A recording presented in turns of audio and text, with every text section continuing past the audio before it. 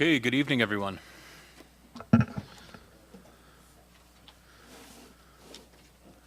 Going to continue our meeting.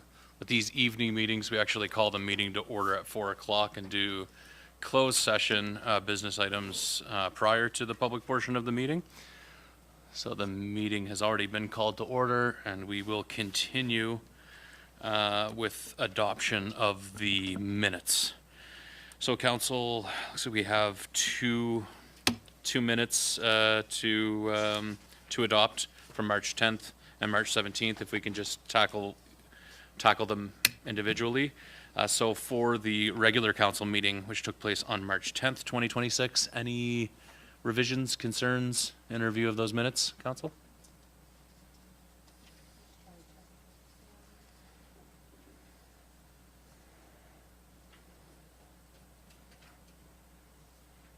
Do you?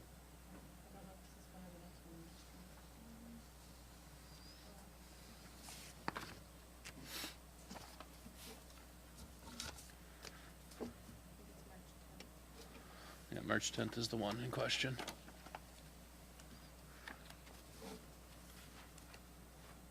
Do you suggest a revision? Go ahead, Deputy Mayor. Thank you. Just in reviewing the minutes under the 7.1 council enumeration, I think it's important to ask for an addition there of the chair of the committees. Christopher Clark had mentioned about how it had been 30 years since it amalgamated, and he gave a brief explanation about how mayor and council looked 30 years ago versus today. I think that would be important to add in there. And also, it doesn't note that what the committee's recommendation was, and so I would just like to see that clarified as well. Thank you. Inclusion of the committee's recommendation, as well as some of the introductory remarks provided by the chair of the Citizen Advisory Committee, is what I'm hearing. Okay. Is that clear to you, Madam Clerk, the addition? Okay. Any other additions, clarifications on those minutes from March 10th? Okay, hearing none, I will look for a motion to adopt the minutes as revised. Moved by Councillor Jenkins, seconded by Councillor Merrow. All those in favor? Call them adopted. So 4.2 is the special council meeting from March 17th, 2026. Same question. Any revisions, changes to those minutes?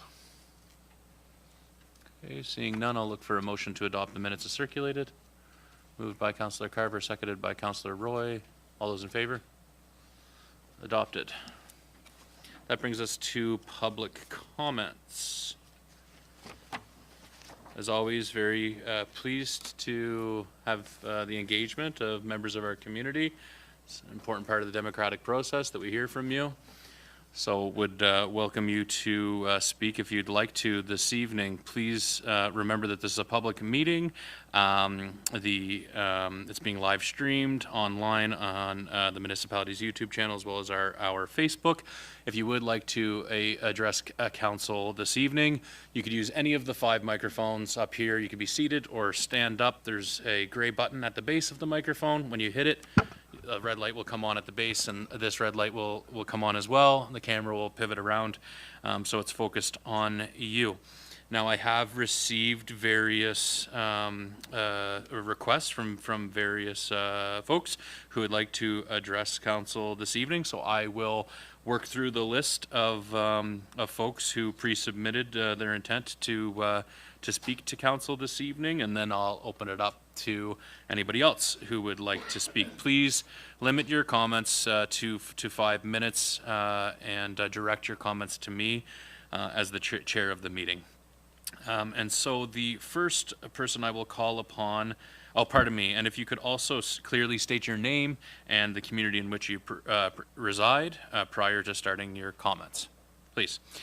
So the first person I will call upon is Stephen Feltham, who's a representative of Miller Waste Systems. Stephen, come on up.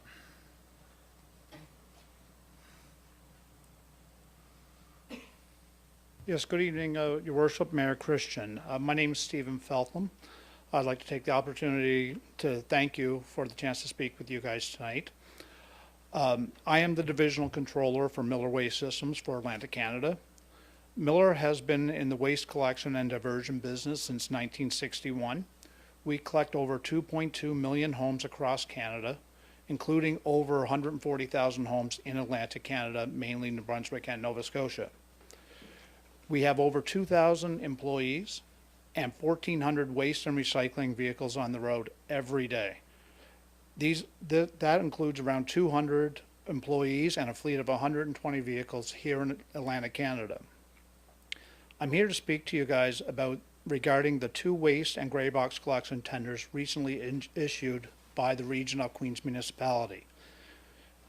Tender number INF 24-2025-2026, solid waste collections, and tender INF 27-2025-2026, gray box collection. Miller was one of 2 companies that submitted a bid for a proposal for these tenders, and we learned that Miller's submission was deemed non-compliant. There was no requirement within the tenders for a minimum number of trucks. It was left up to the bidder to determine what was needed to complete the services. We were then told our proposal was non-compliant because the municipality staff felt we could not complete the work with the 1 truck that was proposed for each tender. In Miller's view, this is not a compliance issue. This is an operational issue. Miller uses the latest technology to assist with our route planning and scheduling. We've had success finding further efficiencies under our contracts for our municipal clients. We understand that with all collection contracts, the volume of waste and recycling fluctuates from day to day and from season to season. We take that into account when we prepare our proposals, which is why we always ensure that we have a spare vehicle on hand for heavier days, and our main yard is in Dartmouth, about an hour and a half away, for further backup if required. But our plan is to service this community from right here in the region of Queens with local employees because we want to be part of this community. Miller has been servicing municipalities across Canada for over 60 years, and with all due respect, we do know what we're doing. We know that municipalities demand excellent service, which we pride ourselves on. And just as important these days, cost-effective services. Miller's bid price for the 2 tenders was more than $2 million less than the bid that was recommended to council in the staff report dated March 9th. We are very confident that our proposed services, as outlined in our submission, would provide Region of Queens with the collection services it expects, done in a cost-effective and efficient manner, and with excellent customer service. We ask that Miller's submission be given us another review because we are confident that we can provide the excellent waste and gray bin collection service that this community needs and deserves. Thank you for your time. Thank you, Mr. Feltham. And my understanding is that our staff will be in contact with your company by end of day, I believe. Yes, by end of day. Thank you. Okay. Next, I will call upon Stephen Anthony to address council.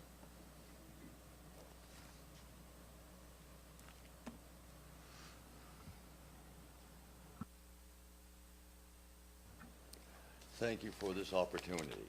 If any of you guys remember, I was here at June 24th meeting of last year.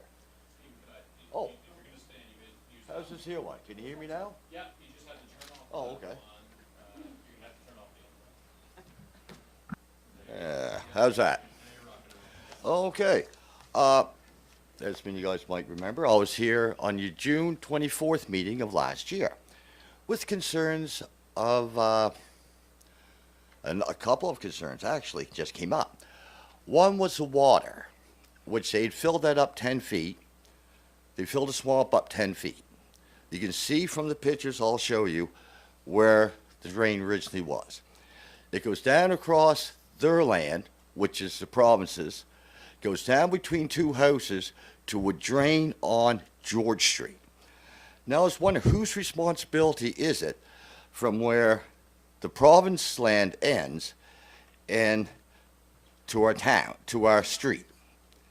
This year was a man-made, you can see the boulders there. There's a culvert there. So who is responsible for clearing? I'll send a picture around for all you guys to see. So there is no question of what I'm referring to. Okay? And the other thing is, when I got 4 inches in my basement as the last rainstorm we had, I walked up to see what those guys had done. They ran 2 4-inch drains around the property, pointed down to that ditch which they had plugged off the top half of it, and it's drained over my yard. And Paul Burt's comment was, when he showed up, was, it's surface water. Well, if you fill in a swamp, it all becomes surface water. That is putting their water on me. You guys are not, as far as I'm concerned, that drain should be you guys's, because it runs down to a drain at George Street. Okay? I have talked to a number of people. I have listed names. They almost been told me I have to contact before they'll take this up for me. And the other question I have has to do with the variance. The variance originally was 7.5 meters in Queens County. They had asked for a 3-degree variance, which put it down to 4.5 meters. When this water was flowing, I went up to have a look. I said, that's kind of close to the property line. When I checked, it was less than 2.5 meters. Now, was there another variance of another 2+ meters?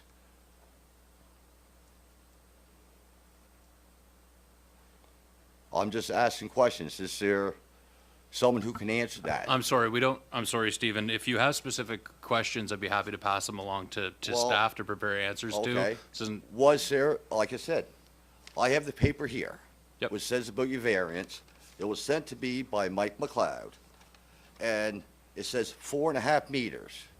How come it's less than 2.5 meters now? so yeah, so if you This is something you guys- specific questions Yeah. with respect to the variance, Yeah. we're gonna have to be able to take those offline and handle them. This isn't the opportunity for specific question and answer. Oh, okay, Mr. and Anthony. it's not? Okay, the No, it's one not. was also about the drain. I got a picture of the drain, which shows you guys' metal drain there. I'd like to know why that's not being cleaned out. I guess I'm not allowed to ask those questions, so I guess it's time for me to leave. Thank you. Oh, that's okay. If you can please submit them, though, please submit them. We'll ensure that staff respond in a timely way. Be happy to make sure that whatever we can do from a planning perspective or to ensure that our infrastructure is appropriate, we can reach out and contact the stakeholders. I assume you're talking about the 8-plex, the affordable housing Yes. 8-plex on This Old year Port was- Mattoon Road. Excuse me, this was brought to you guys' attention back in June, my concern for that ditch. I It understand was that. not addressed then. And that's why I'm just here again, trying to find out, it was concerned, it was brought to the floor here, but it was never ever addressed. I never heard anything back from it. Yeah, so the variance was approved, is what ultimately happened, is the variance was approved. Yes, The but variance all- that was submitted by the province of Nova Scotia was approved. So if you have new concerns or specific questions that we need to follow up on, I'll make sure that staff follow up on those, for sure. Okay. Yeah, Like I said that, and I'd like to see what's going to happen with the drain I had brought up back in June of last year. absolutely. We'll get you answers to those questions. That is 2 questions I had. Okay, thanks for, Because I had thanks, 4 thanks, inches Mr. of Anthony. water in my basement. I'm not real interested. I had a finished basement at one time. I don't anymore. Yeah. Thank you. Okay, thank you.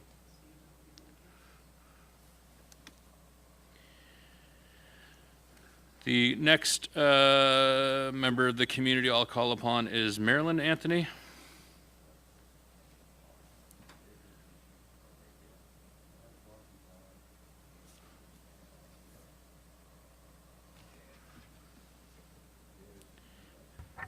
Hi. Most of you fellows know me, Marilyn Anthony. I just want to find out why when we called our councilman, he didn't return our calls. The COA we called, you didn't return our call.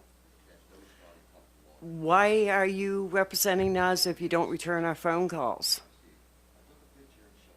Courtney, we called you twice. Yeah, we did. And I left a message asking you to Okay. call me. Marilyn, I have to ask you to direct the comments to me as the chair of the. Okay. Yep. I just want Please to do. know why our councilman, the COA, didn't return our phone calls. Deputy mayor did. Okay, I will follow up with the CAO and the member of council and investigate that for you. Okay, thanks. Thank you, Marilyn.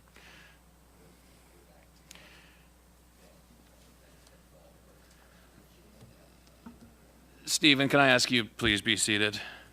Thank you. Okay, we have a couple of written statements that we've received from members of the community. One is from a Mr. Kevin Colwell, who resides in Liverpool. He provided a written statement to the municipal clerk, and she will read that out at this time as a public comment. Take it away. Thank you, Mr. Mayor. My name is Kevin Colwell, and I live in Liverpool. I'm unable to attend this council meeting, and I appreciate the opportunity to share some thoughts in writing on recent decisions made by council. Even more importantly, I want to speak to the obligations of both the council and residents when it comes to how the council conducts its business and engages with the public, and how residents should conduct themselves. As a taxpayer in the region, I want to know what's happening in council and understand how their decisions affect the quality of life in the region, especially mine, my wife's, and my dog Angus. To that end, I watch all of the council meetings, either the live stream or the recording on YouTube, and review the agendas, minutes, etc. I also follow the RQM posts on social media. I appreciate the ability to be engaged, albeit virtually, and to be able to review all the meetings records and documents online. I believe that it's important for council to be transparent and share information, and I think they do a good job of keeping residents informed. Is there room for improvement? Of course. It's my opinion that council and the region of Queens are open to making things better. When I have questions, I have also contacted Region of Queens staff, my counselor, and the mayor, and have always received a prompt response and have been satisfied with the information that I was provided. I haven't always agreed with the position taken by council or Region of Queens staff, but I do appreciate the efforts taken to respond to my questions and concerns. I know that not everyone is willing, or in some cases able, to stay as informed as I am in the business of council. For example, not everyone is able to access information online, but the region can also provide information in writing or via phone call. I believe that residents have an obligation to stay informed and understand how the decisions of council affect them. Whether it's a new outdoor pool, infrastructure spending, the new stop sign, or the raise in pay for the mayor, deputy mayor, and councillors, I believe that council has met its obligations regarding transparency and accountability. This is an essential to the functioning of a democratic government. My real disappointment is with the behavior of some of my fellow residents, especially the ignorant, insulting, harassing, and in some cases threatening comments posted on social media in response to the posts from the Region of Queens Mayor and Council. It doesn't matter how you feel about the decisions made by council, everyone has an obligation to treat others, including Region of Queens staff, mayor, and council, with respect. As a resident of the Region of Queens, there are two reasons why I would be upset and/or disappointed with a decision made by council. I didn't know that this was happening, and/or I don't agree with the decision. Residents should hold their elected officials and Region of Queens staff to account. As I previously stated, I think that the Region of Queens and Council are meeting their obligations regarding keeping residents informed. If I am surprised by a decision of Council, that's my fault. I haven't been paying attention. If residents choose not to stay informed and choose to ignore all the information provided by the Region of Queens and Council, they shouldn't act surprised when Council makes decisions on matters that have been deliberated for months and in some cases years. If I have been paying attention and just don't agree with a decision of council, there are several ways that I can hold my elected officials to account. For example, I can attend a council meeting and speak publicly about the issue, contact my councillor and/or the mayor. I can write local papers and share my thoughts in an editorial, email, or letter. I can organize residents and engage with community groups, and I post on social media, all in an effort to gather public support and request that council change their decision. In some cases, that's what's been happening. I see residents speaking before council at meetings, engaging with local community groups, and doing other activities, including online posts and comments, to raise awareness and hopefully impact decisions made by council. If after all that effort, my councillor and my mayor do not make decisions that I agree with, I can decide not to support them in the next election. That's the way a democracy is supposed to work. Like I said previously, I don't always agree with council decisions. That's not what upsets me. What upsets me is the behavior of many residents who have taken to social media to make unfounded and groundless claims, such as complaining that council didn't keep people informed or that the decisions, most notably the pay raise, were not transparent and did not include any community engagement. There were also many posts and comments that attacked the personal integrity of elected officials and some that crossed over into harassment. Hateful, harassing, and threatening posts about anybody, including elected officials, have no place in a Canadian democracy. If you don't like a decision made by council, you can absolutely post about it and share your thoughts and feelings publicly. What you can't do, or perhaps shouldn't do, is spread misinformation and/or insult those you disagree with. We often talk about how harmful smartphones and social media can be to the children and youth. Absolutely true. But let's not forget about how many, not all, adults use social media to post misinformation and leave insulting and in some cases harassing comments in the public space. I'd like to offer a few recommendations for both residents and council. Residents, stay informed and engaged, hold the council to account, and keep all interactions, especially on social media, respectful. Council, continue to share information and be transparent. Look for opportunities to improve public engagement, especially around issues that may be unpopular and/or contentious. And when posting information online, disable the comments. Residents can contact staff or council to raise concerns and discuss issues. Facebook is not a great place to have respectful discussions. Thank you for providing me with an opportunity to share my thoughts with council. Thank you, Madam Clerk. And I'm going to get you to read the next one. That one was well timed. It's right on 5 minutes. Well rehearsed, maybe. The next written correspondence we received was from Caitlin Waugh of Brooklyn. If you could read that as well, please. Mr. Mayor, councilors, and members of the public, my name is Caitlin Waugh, Chair of the Brooklyn Recreation Committee. I would like to thank the municipal clerk for reading this statement on my behalf. While I had hoped to be here in person as a mother of 2 young children, that flexibility was not possible today. My statement is to address and clarify several inaccurate remarks made by a member of the public at the March 10th council meeting. Before addressing this, I want to recognize the volunteers who make up our committee. We balance full-time jobs, young families, and many other commitments, yet we give our time because we care deeply about Brooklyn. Our mission is to foster a strong sense of community and bring people together. Brooklyn Recreation is partially funded through an area rate. Under Region of Queens Policy 23, a public meeting and vote must be held every 4 years, giving residents the opportunity to decide whether to continue or discontinue the area rate. In February 2026, the residents of Brooklyn voted in favor of keeping it.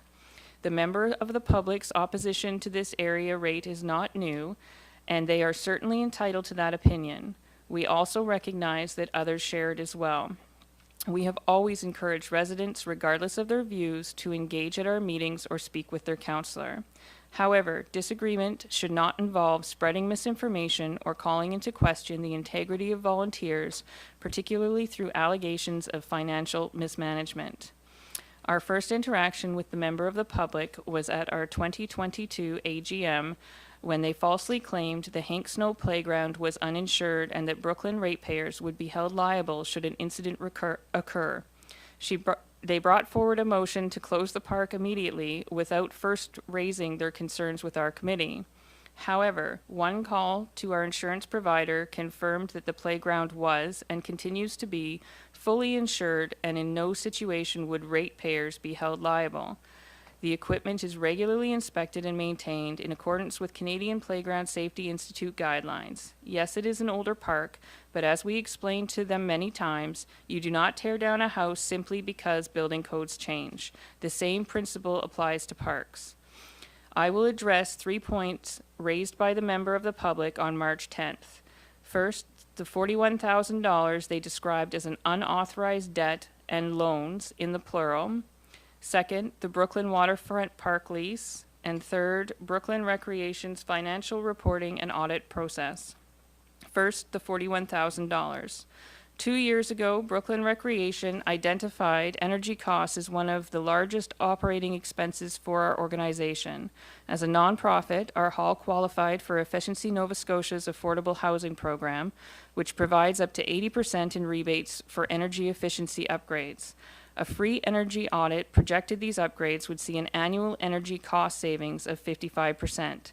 This project was discussed at our 2024 and 2025 AGMs, both of which this member of the public attended, and updates were shared publicly on our Facebook page. At our 2026 AGM, I reported that our energy costs have already dropped by 53%. Prior to any upgrade, multiple quotes were obtained and reviewed by our board of directors. And in fact, our committee rejected the first set because we felt the costs were too high. The $41,000 referenced represents the remaining 20% of project costs not covered by rebates. It is not multiple loans, it is not unauthorized debt, and the directors or the region of Queens are not responsible for repaying it. At our 2026 AGM, we did refer to this as a loan. However, we clarified that it is a structured repayment option offered as a benefit of the Affordable Housing Program.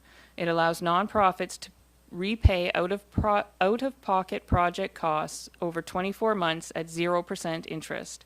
No financial institutions are involved, and there is no lump sum funding provided. Instead, this model is designed to support organizations like ours in completing necessary upgrades while maintaining day-to-day operations. Repayments are simply incorporated into our regular power bill as Nova Scotia Power partners on this program. In fact, our organization does not qualify for a loan or line of credit under standard banking requirements. We do plan to pursue more grants as budget and capacity allow. Moving on to the Brooklyn Waterfront Park and its lease. Prior to the member of the public raising this matter with council, then Chair Wendy Vissers had already begun reviewing the park's ownership. This required reviewing historical records, conducting title searches, and working with several organizations, including Region of Queens, the Queens Recreation Boating Association, Transport Canada, the Department of Public Works, and Build Nova Scotia.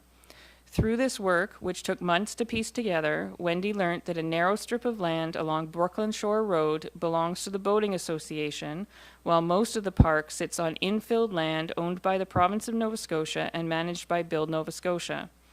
The Boating Association lease expired in 2016 and the provincial lease in 2018, something our organization had been unaware of. Madam Clerk, we're at 5 minutes. Is there much No.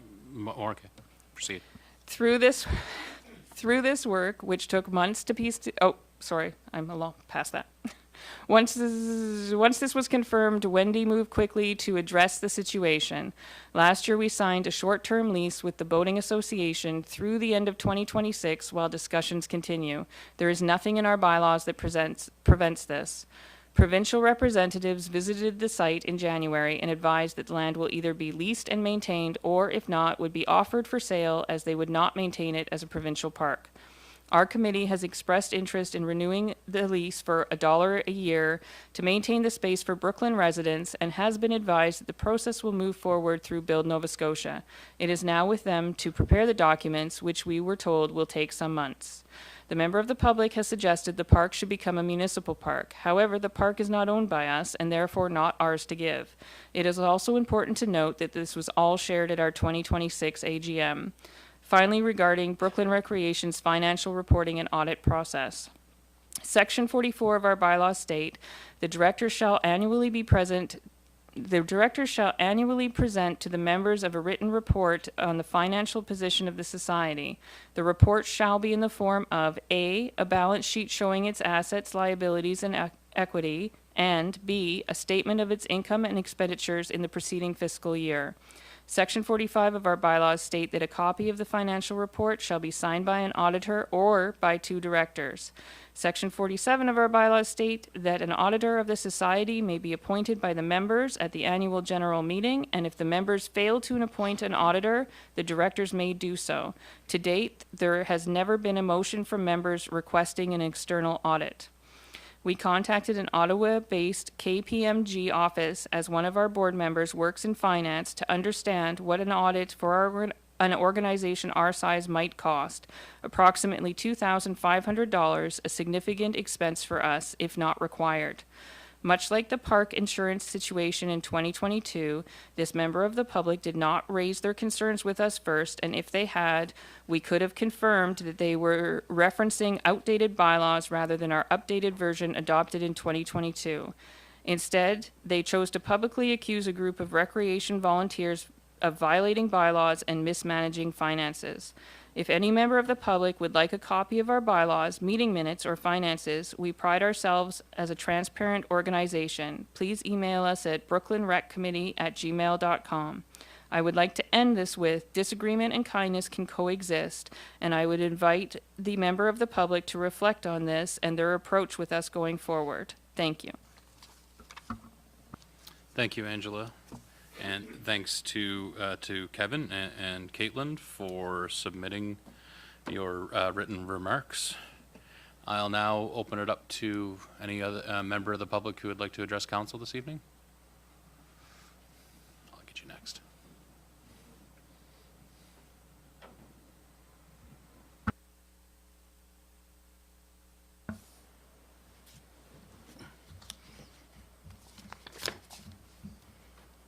Battery timed out now.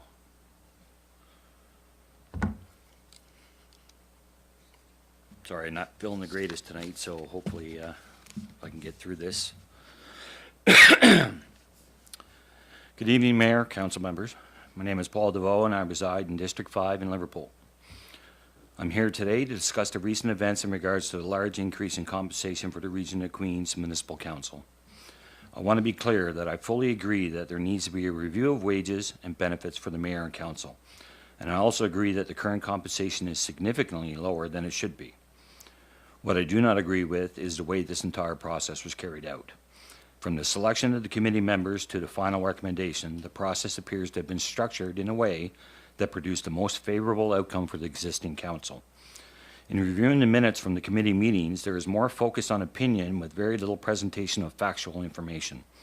For example, when a point supports the desired narrative of hours work expected, the candidate guide is referenced. However, when discussing roles and responsibilities, the guidebook is dismissed negatively and stated that the guidebook does not provide much detail, which it does. Regarding the compensation amounts, the committee selected West Hants as a comparable municipality, stating that it has a similar population. That is not accurate. West Hants has a population of 19,509, while Queens County has a population of 10,501.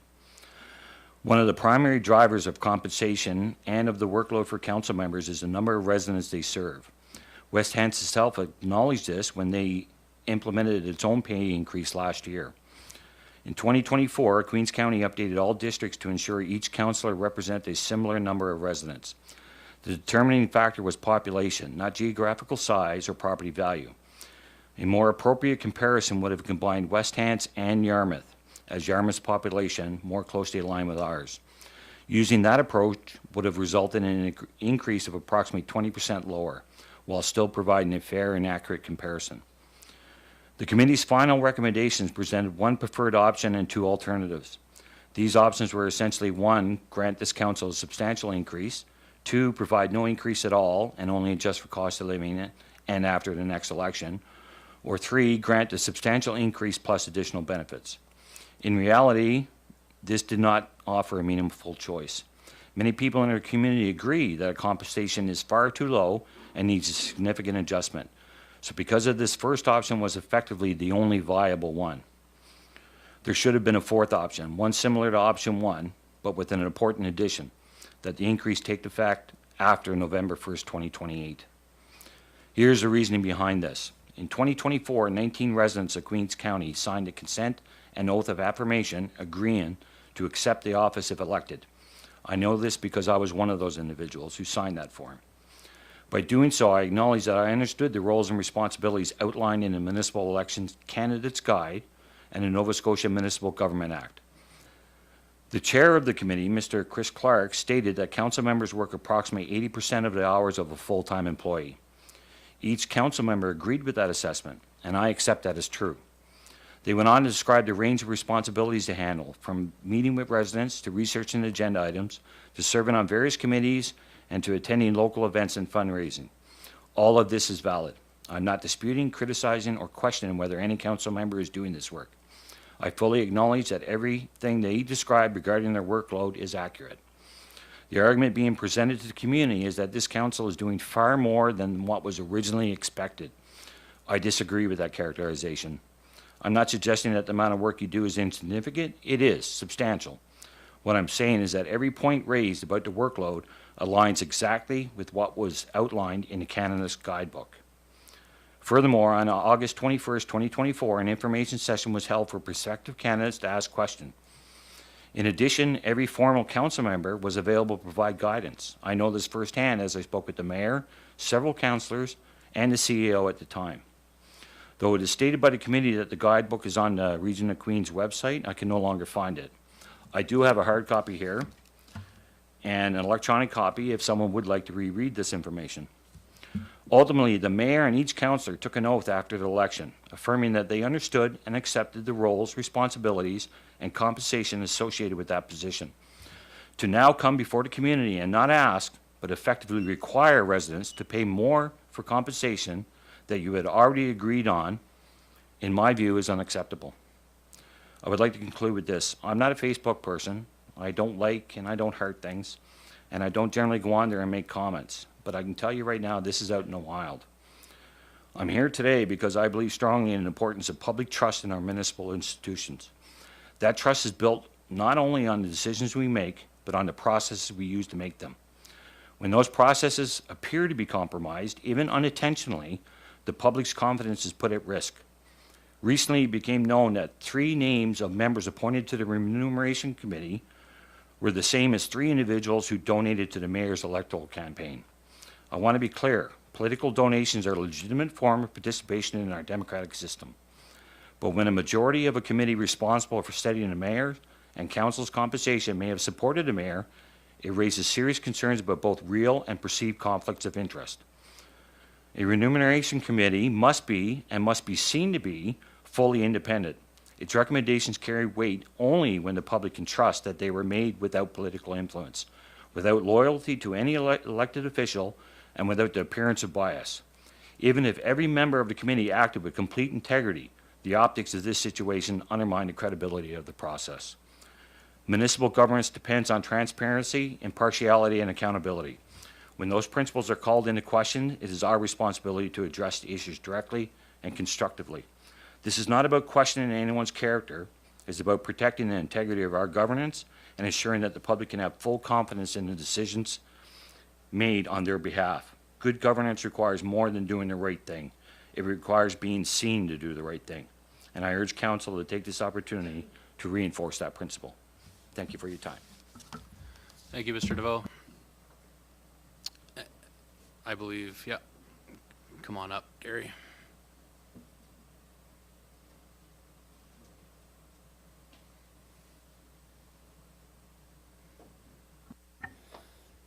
Start with, I'm not here because I want to be here. I'm here because I feel I have to be.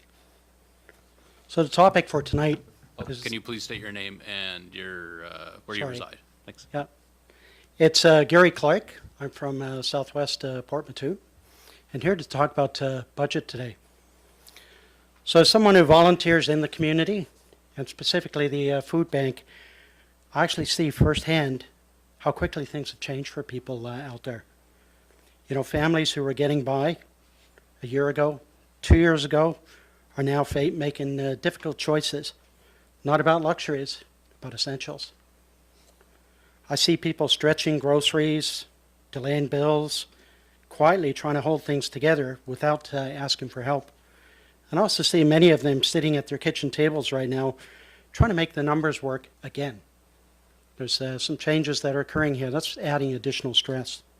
So what I'd like to do today is I'm going to use a simple analogy, and I'm going to call it the family and the household. So I'll start the story. Imagine a professional, let's say a dentist. He has a stable practice, and he's the primary source of income. He's married with 2 kids. They built a good life. But like most families today, they're hurting, they're struggling because of the inflationary pressures. The business is holding steady. And why is it holding steady? Because there's regulations out there that drove fee increases and all the rest of that. So that was passed on to the clients, but allowed them to continue with running the business. So this year, like council, he decided to take a slightly different approach on budget.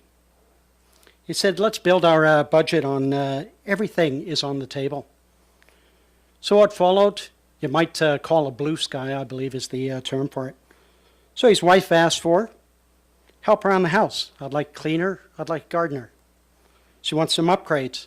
Concrete path to the bottom of the yard for the composting bin so she doesn't get her feet dirty. Expansion of the water down to the greenhouse at the bottom of the yard that the neighbors share growing their stuff in. She also wants upgrades to the pool. A project that is already well over budget, but she's looking for maintenance and some other fees associated with it. His son started a landscaping business. He's looking for a new truck, not because of reliability, but just to keep up appearances. He wants equipment, so he's been using the shovel. He wants equipment to make life easier, so he's requesting an excavator. And expansion for more hiring. His daughter, just out of high school, asked for a university out of province with full tuition and housing. Conferences and participation in societies. And then the dentist himself, based on studies and all the rest of that, decides it's time for me to get that 70% compensation that is due to me. He's also looking for better benefits and decides this is the year that he's going to look at it. He wants reduced workload, so he looks at hiring a deputy dentist to help him out. So they take it to the accountant, and the accountant's answer is quite simple. You can't afford it. It's going to take you into large credit card debt. So they go back and make cuts, and to be fair, they did reduce things. The gazebo went, the excavator went, the out-of-province schooling went. Others are deferred, the automated watering for the greenhouse, additional help for the household and business. But when you look closely, the major cost drivers are still there. Expectations haven't meaningfully changed, and the increase, the one benefit in the decision maker, remains untouched. They go back again, and the accountant says, well, a little better, but it's still not sustainable. You're carrying a lot of credit card debt. So the dentist decides, well, since I've made 87% cuts, I'm passing this on to my clients. And that's where it breaks, because the patients push back. They say fees have already doubled in the over the time through this regulator fee increase. We're already absorbing those increases, and now you're layering more on top of that. And they ask the question that matters. Why aren't you fixing your internal spending first? If not, we'll take our business elsewhere. Result of it, needless to say, the business fails, and the family has much bigger problems to deal with.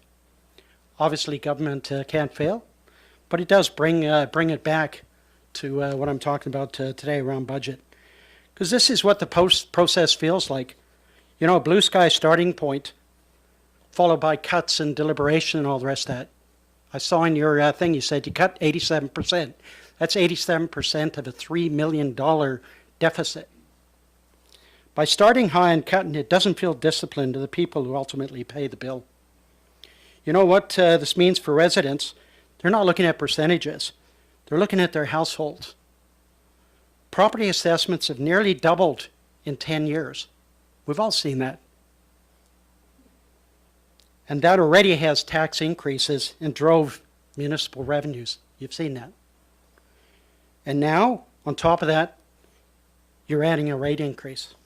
So the reality, and I saw your post in regards to the increase, it's not the $150.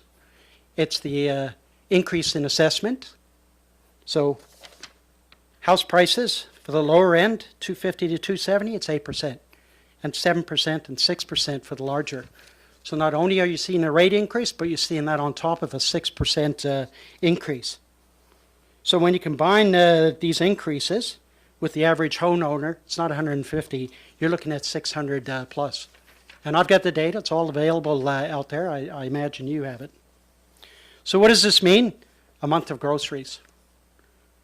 A heating bill, or 2 heating bills, significant.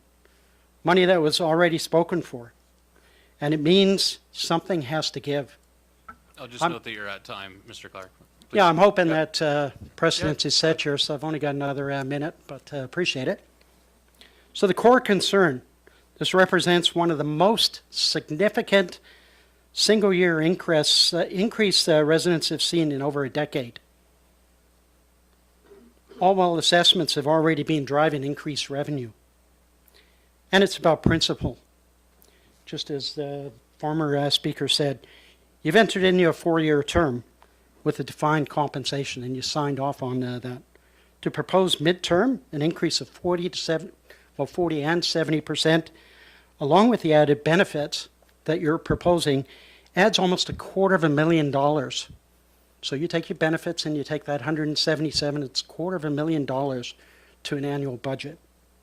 So in closing, if this was a household, if this was a business, if this was a boardroom, wouldn't pass. The reality is residents are already stretched, they're already paying more, and you're asking them to accept one of the largest single-year increases in a decade while approving significant increases for yourselves. That's not a perception issue, that's a credibility issue. And in closing it, so tonight, this comes down to a very simple choice. Do you show constraint and reset the approach, or do you proceed knowing exactly what this means for the people you represent? Because they will feel it, and they will remember it. Because at the end of the day, this isn't your budget, it's the people you represent. Thank you. Thank you, Mr. Clark. Is there another member of the public who would like to address council this evening?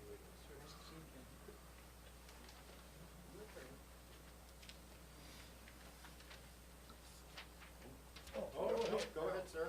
Hey, you go ahead. Nope, you go ahead first. I'll wait.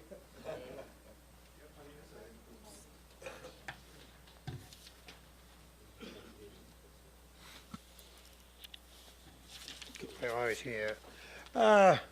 Good evening, Mayor, councillors, staff, and guests. My name is David Huskins, and I live in 160 Church Street. We know you need a surplus, but what about the people that don't have a surplus?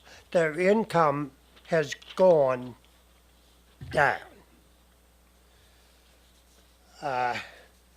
If the furnace breaks or your car breaks down, we can't go to Queens and buy things, shoes, clothing, regular large sizes, dresses, dress clothes. A lot of us don't have a computer.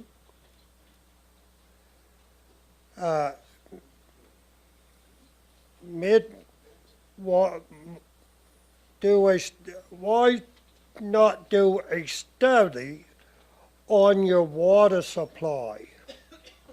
Is enough to handle more properties? You would not buy an automobile without a license. We need more stores for these things. We don't need more for sale signs.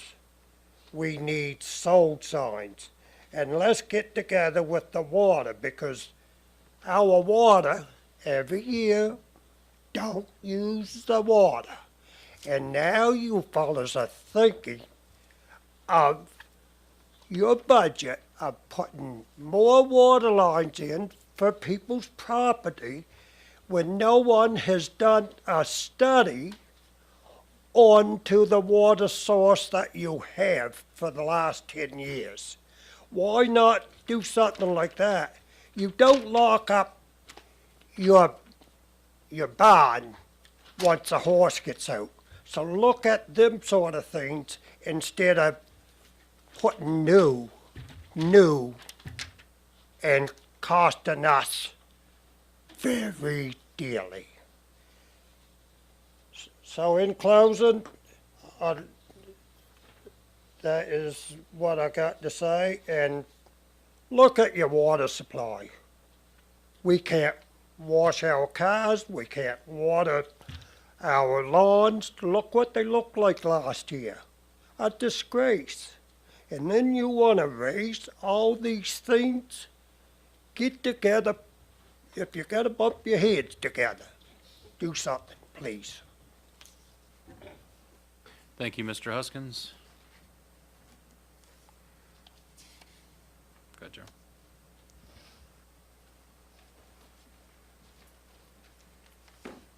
Thank you, Mayor and Council, for allowing me to speak. Just going to kind of wing this one. I'm not a very happy ratepayer in Queens County. Oh, sorry, my name's Daryl Ehrenberg and I live in Brooklyn, Queens County. I'm not a very happy ratepayer of Queens County, and here's why. 16 kilometers down the road, my parents own a home that is actually nicer than mine, or more acreage than mine, on a good road. And their tax bill this year is $1,400. Mine is almost $2,500, and it's going to be heading on towards $3,000 this year. I'm on a J-class road that was stated to be paved by the province. I had several consultations with them, and there was no money here to pave it. So it didn't get done. My road is not fit. So I'm going to be paying close to $3,000 likely this year in property tax to get a bag of garbage picked up every 14 days. And by the way, the garbage changes are forcing people to start to burn stuff, and I don't think that's the right direction, but that's for another day. But I do have very real concerns about the Mount Pleasant extension, the water and sewer extension, and here they are. We already are on water bans every summer, and we're preparing to hook up how many more properties on a private construction. I don't know why tax dollars, or my tax dollars and everyone else in the region of Queens is putting tax dollars into this. If a contractor wants to build a subdivision, they should be all perils to hook up to our system. We have a system that's already in fault. To my best ability, the URB was told that there's leaks, and that was why the rate increase was needed. And Mr. Mayor, you and I have had discussions, and I was told it was meters. So somebody needs to get it figured out. But I can tell you 100% water increase in 1 year is an awful lot. And I have a lot of questions about Mount Pleasant. I really do. I'm always told that our own construction company is more efficient and cheaper than anybody else. And I already have heard from Dexter's Construction through people I know on the inside that they have the contract. Is that to make it so that the public thinks that the private contractor that's building this development is paying for it, or what is the deal there? Because if we're that efficient, why aren't we doing it? I could get into the infrastructure department. I'd love to, but I don't have enough time today to do that. But I will talk some about the equipment we own. It's out of hand. You people in this room need to realize you represent 2,546 people. Everybody else outside of this county doesn't get any service from that equipment, none. We have a multitude of trucks, and I've asked you, Mayor, for a detailed list of the equipment, which I didn't get yet, which I'm hoping to get. I asked you in your office, and I have another meeting Friday with you. Okay, I will look for it, but it doesn't matter. Here's the problem I have. We have close to $100,000 Ford four-wheel drive trucks. We have way too many of them driving around. And why don't they have restricted plates on them? We're already in a crunch. You guys boasted a $1.7 million deficit, and we're paying registrations on every one of these trucks. Why? Why isn't there restricted plates on them? That's why the province affords that to municipalities, to save the taxpayer the money of paying registrations. Every one of them trucks is $300 to $400 to register. I own a ton truck of my own, and I put the bare minimum on it, and it's $240. I don't feel that this council is really accountable in the way they spend money on equipment purchases, on the way you do things to the ratepayer. Everything that's here, the ratepayer owns. The ratepayers pay all you guys, but it's forgotten somewheres in a long list of decisions that you make. It's clearly forgotten. But I can tell you that my taxes are getting out of hand, and I'm into a small mortgage payment, and I'm not happy about it for getting one bag of garbage picked up every 14 days. And I'm very well not happy about committing the ratepayers to putting in water and sewer to private subdivisions and putting us at risk of running out of water. And where does this go down the future where does this go in the future when you do run town like dry? Then what's the ratepayer on the hook for to go looking for Nickerson's Pond or somewhere else? So we're going to spend millions and millions more tax dollars. I just don't see where sustainability is here. I see rate increase after rate increase after rate increase. Again, we posted a $1.7 million deficit, and I see 5 jobs worth about $500,000 or more for coordinators for health and fitness when people can't afford to use the facilities. I go to the Amira Center, and there's very few people in there that can't afford the facility to use it. Now we have a pool that's probably another $250,000 deficit every year in water and chemical that will chew up 500 liters a day in evaporation that we don't have.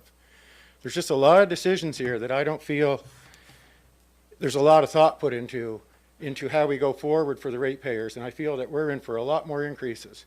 We have businesses. We had a pulp mill we should have had, but we didn't. We have Brooklyn Power that's on the last years of its life. What are you going to do to replace that assessment? That's a big assessment. I don't hear any decisions on how we're going to save money. All I hear is about the services we're going to provide. And bloated governments don't provide anything but higher taxes. It doesn't provide any benefit by employing as many people as you can employ in the municipality off the backs of the taxpayer. All that is wealth transfer. There's no money left in anybody's pockets to go to any business and buy anything when you're paying $250 a month as a little bit of income you have to taxes. Thank you, everyone, for your time. Thank you. Is there anybody else who would like to address council this evening?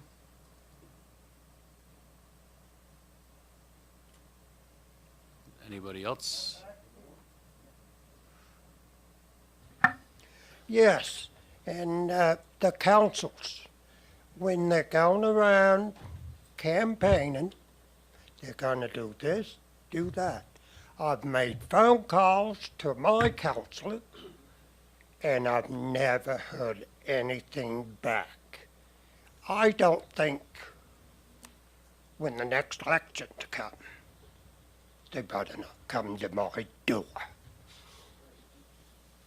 Thank you. Thank you, Mr. Huskins. Thank you, Mr. DeVal. Is there any other members of the community who would like to address council this evening? I'll call again. No. Anybody else like to address council this evening? Okay, thanks very much to everybody who provided your comments this evening. That concludes the public comments portion of the meeting. Next on the agenda, we have delegations and presentations. We have one presentation this evening from the North Queens Board of Trade. Gentlemen, are you prepared for your presentation? Come on up.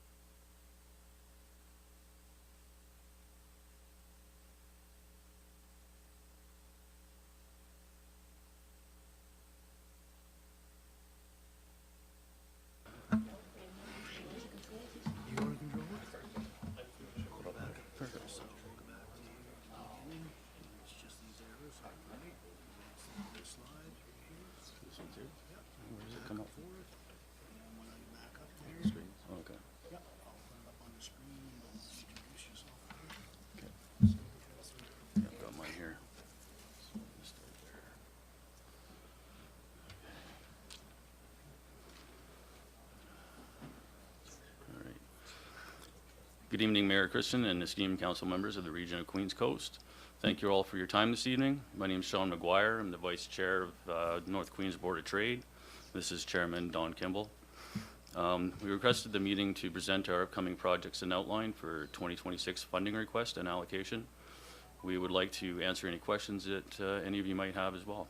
I hope you have had a chance to review the supporting documents for the North Queens project plan for 2026.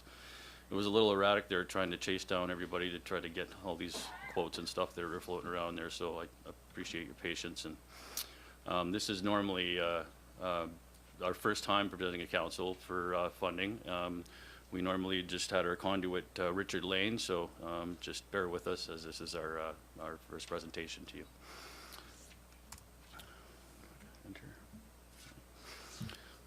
Community safety has become a priority issue. Members are very concerned about parking safety during ball tournaments at the ball fields in Caledonia. It's an accident waiting to happen, as some of you may have experienced yourselves. As you can see from the photos and the support up on the right-hand side there, things are very, very close. Like people have to park on the main highway. It's a busy highway. That trunk road is a connector to the valley there, so there is a lot of traffic there. We do put signs out, but sometimes it doesn't work. That a lot of people like to speed through there, and all it takes is one little kid coming out from behind a vehicle across the road, and that's it. So to rectify this, that we are in the process of acquiring a lot across the road from the ballpark. At the moment that I wrote this, actually, we didn't have it, but it is confirmed that we do have the lease for the property right across the road from the ballpark. We're seeking funding for ground preparation, such as fill and gravel, along with heavy equipment. So you can see here from the photo there that that's the lot there, right across. It's sort of kitty corner to the ballpark. So to add value to the project, the community has also expressed strong interest in adding a dog park at the same parking lot, which would be located in behind. We feel it's a great location. It would be also would serve as a parking lot and as a dog run in behind there. There are currently no locations for residents or visitors to walk their dogs. Many within the community use the ballpark greens as a last resort, and this leads to damage to the field as well as constant cleanup of the little presents that they leave behind. I have a tax pricing for the hardware for the 300 by 200 run and double gate. We're trying to locate qualified volunteers to help with the installation of it as well. So, but the actual hardware cost is in and around there, $10,000. Provision of electricity to the new gazebo. I don't know if some of you might have seen that the new gazebo that we just had built there to replace the old one that had kind of fallen down. We like to, for the provision of electricity to the new gazebo on site for tournaments to run fridges and lighting and PA equipment, et cetera, and point of sale systems.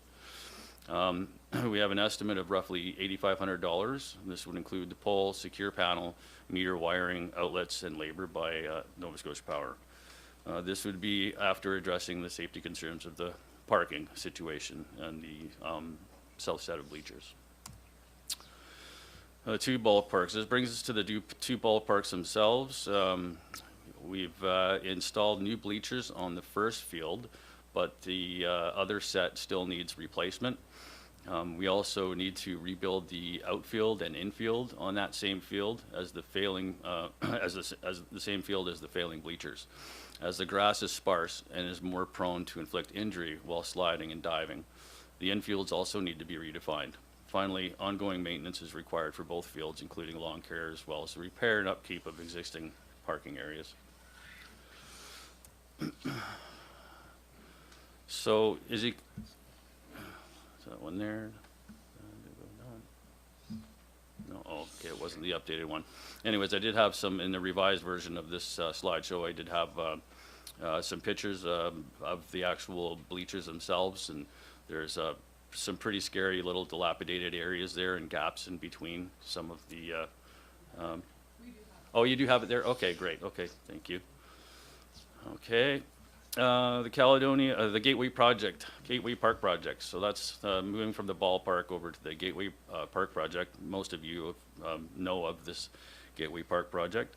The Caledonia Corner building, it's yet to be named, But the Board of Trade now we have the building plans for a new structure at the park, as you can see here. This will serve as a multifunctional community center, the beacon of the Gateway project, and a centerpiece of the community.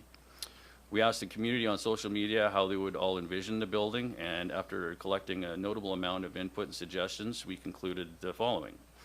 And I think it turned out pretty nice. It's kind of like a train station feel and look there of it, and seems like it would fit the community well. It's like a meeting place that will serve to promote the heritage of North Queens. Next one. The Gateway project continue. The project would be a fully accessible hub for economic development, ecotourism, entrepreneurialism, inclusion and diversity, as well as a youth drop-in center, public computer kiosk, office for the RCMP, interpretive workshops, washrooms, and much more. Also in need of and funding are essentials such as the continued landscaping, signage, parking lot maintenance, historical artifacts. These actually, I don't know if you saw in the original supporting documents, there was a picture of an old boat in there. It's one of the old Mercy River boats that one of our members has purchased and is in the process of making it safe, so it can be sort of like an interactive decoration to the park. So, I think it would be a good representation of the history and the story of the Mercy River. Wharf and Boardwalk. A catalyst to foster growth in community interest and working with the KOA, the goal is to make Caledonia a destination point through being the gateway to Keji Park. We're planning to build a wharf and boardwalk on the other side of the helipad for public use. We had to change the wharf location from the original plans. As you can see, it was originally situated in the middle there, up there, but because of environmental issues, we've had to make some changes. The location by the helipad has the least impact on the natural surroundings. So the boardwalk would be then built after the wharf, and it would help local businesses and inspire new ventures for future plans of kiosks along the boardwalk pathway. So the idea is that we'd like to have some of these little booths kind of along the way there, so you could have more of a farmer's market, but not just on Saturdays. We could go there if it's busy enough in the summertime there that they could, sell their wares or services there. So the changes that we did make, as you can see in the middle part there, that's where the wharf was supposed to be. We'd have to move it over to the left there, just where the helipad is there. So, and then moving right along. The boardwalk will run along the water's edge to the center of the park, where the proposed building will be. There are future plans included for an amphitheater, which would help strengthen Caledonia as a cultural destination and have events there, concerts and whatnot. The parking lot is already roughed in, along with some basic landscaping that we've done with the budget from last year. We plan to finish it in phases, and are already in phase 5. The overall design will depend on the funding that we are allocated. We will be focusing intently on accessibility for seniors and disabled, inclusivity in general. Next one. So the costs come in just over $25,000 for the wharf and some change, and the access ramp, and the total will be around $60,000 plus HST with the ground prep and installation. We've already got the installment that you thankfully have given us towards the hardware and the wharf itself. So we're just kind of moving along with that. The system is modular, allowing us to add new components to it later. So once the wharf is complete, the construction of the boardwalk will start. So that the money that we've already had earmarked from last year, we're looking in addition to top that up, we're looking for $40,000 to try to get us into that area so that we can complete the project overall with the cost for ground prep and the materials that we need to be able to finish it off.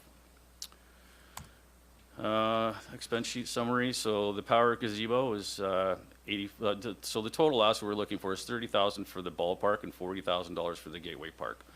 The power to the gazebo is $8,500. That's for the wiring panel and meter, etc. Bleachers, $9,800.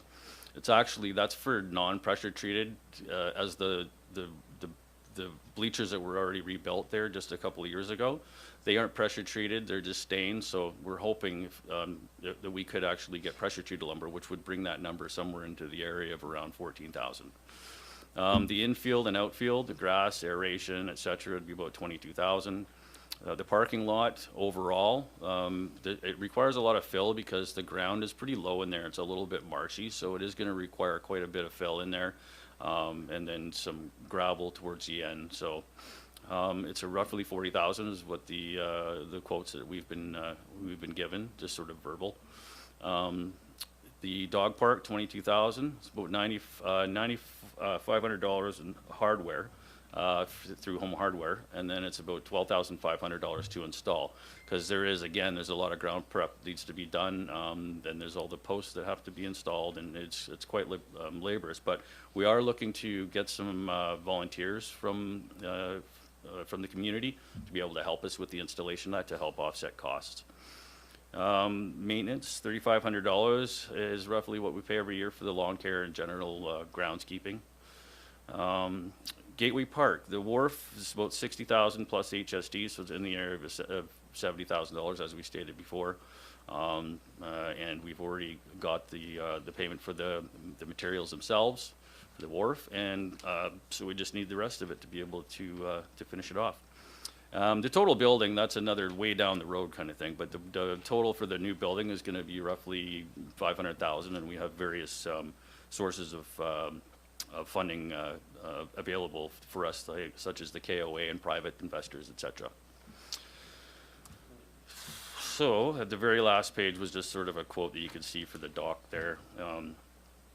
Down the second option would be the lower one down there, where you can see it's 58,700 plus tax, HSD. So thank you very much for allowing us to speak this evening, and thanks for your patience and letting us kind of learn as we go. Thank you for your presentation. Council, questions? Questions for Sean, Don? Go ahead. Sorry, Sean, if you're just gonna have to turn off your, thank you.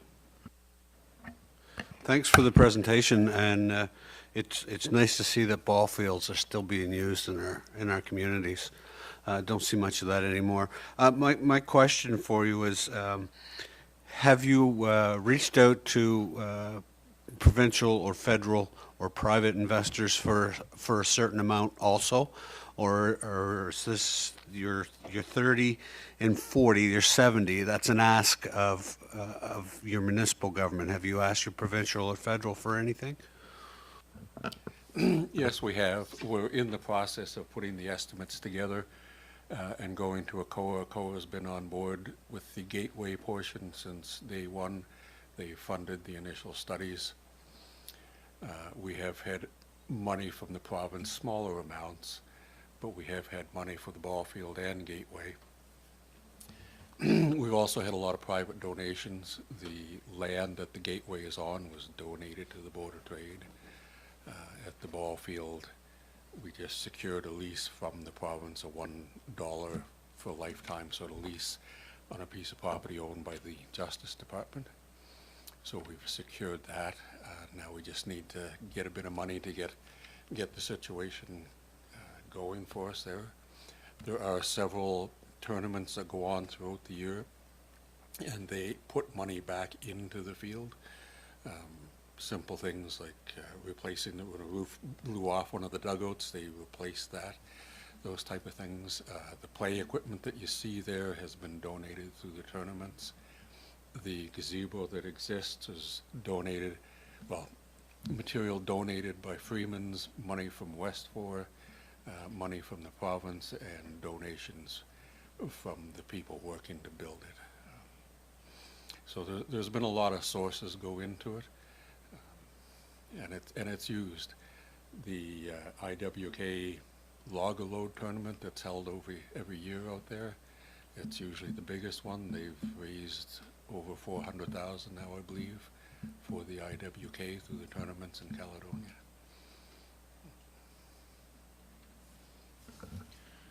Other questions, Council? Any other questions on the presentation? Councillor Fancy? so nice to see you with a vision. You can't get anywhere without a vision, so I commend you on that. So when you come forward and you're looking at these two different items, I don't know what's available for monies or anything. You know, we're still just talking everything now. But what would you see as your priority if you were to say one thing? Yeah, that's difficult because the safety issue with the ball field is very important.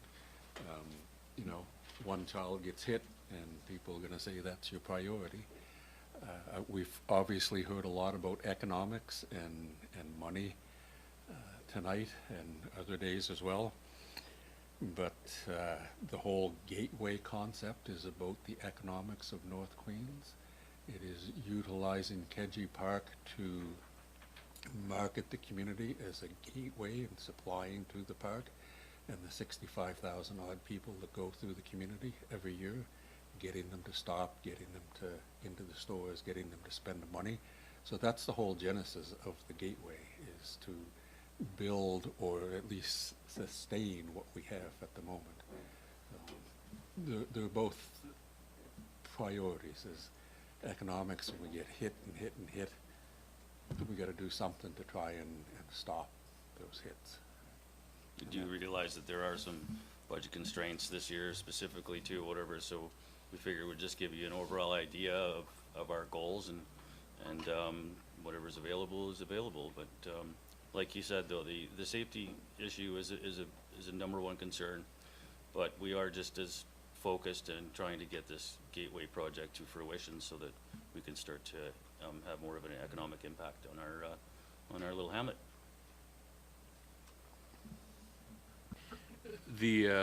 Go ahead, Deputy Mayor Charlton, pardon me. Thank you. On your expense sheet summary, Councillor Wenzel had asked a little bit about this, but I'm just wondering, out of all the items that you have noted here, how much of that funding has currently been secured?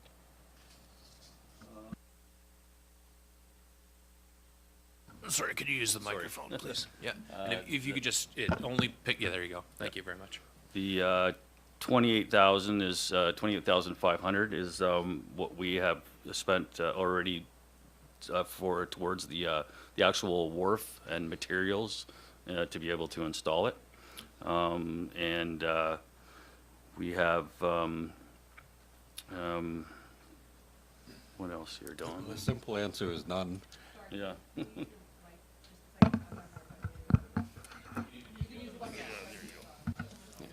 I guess the simplest answer is none. We're sort of at the early stages of the gateway sort of thing, and you've seen the picture on the display there, the presentation of the original park that we had done up, and our architect, well known around the world, volunteering his time, and unfortunately things didn't go the way we planned, because it turns out we have less wetland or less dry land than we thought. So we had to take a step back and reconfigure the whole plan. And unfortunately, our architect had to step back as well. So we've been working, trying to formalize that plan. And we have been working on getting estimates for all of them to put together in a package. And that's what ACOA is asking us for, is a complete package as a one-shot deal. So none of the other things have any money put towards them at the moment.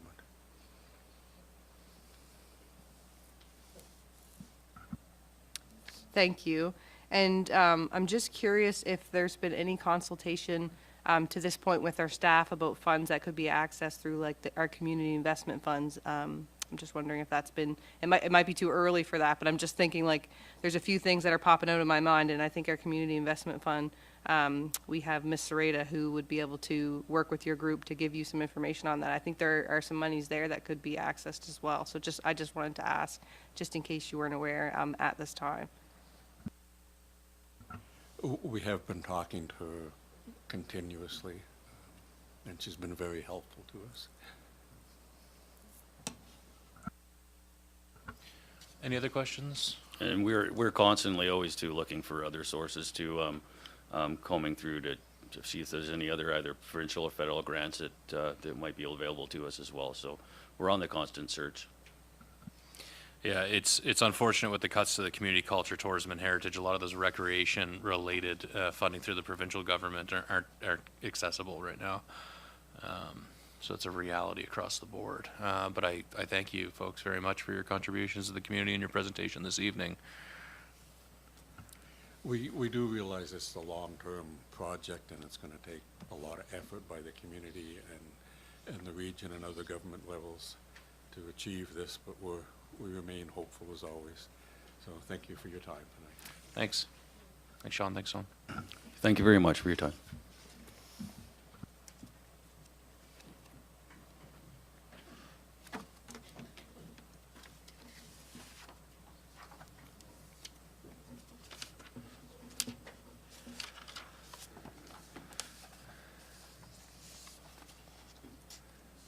Okay, moving on to unfinished business, we have a clerk's memo. There were a number, the last time that the clerk brought forward the council implementation tracker, there were a number of questions and clarifications sought by members of council. Our clerk has prepared a brief summary to update us on those questions. Take it away. Thank you, Mr. Mayor.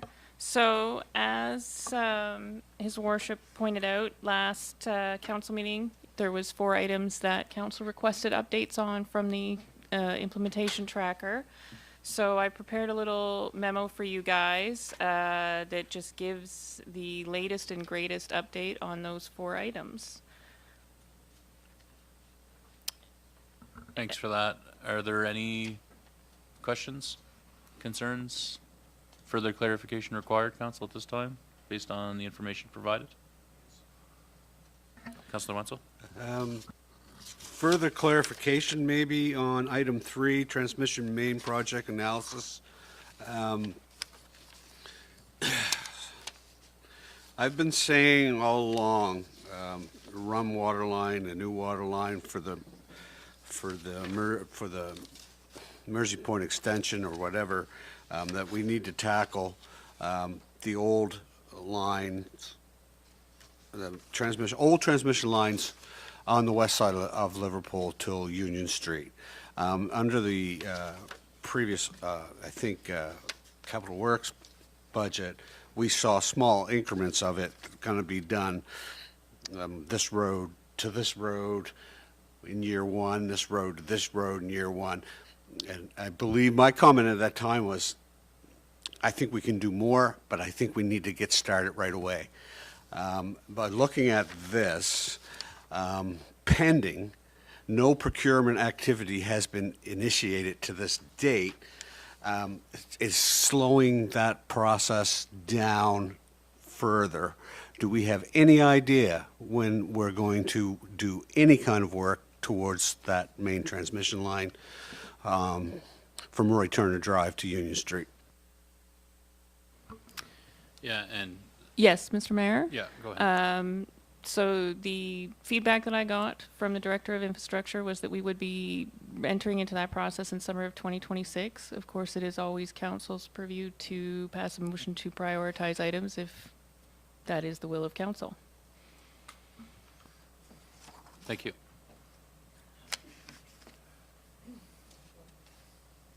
Go ahead, Deputy Mayor. Summer of 2026. Yeah.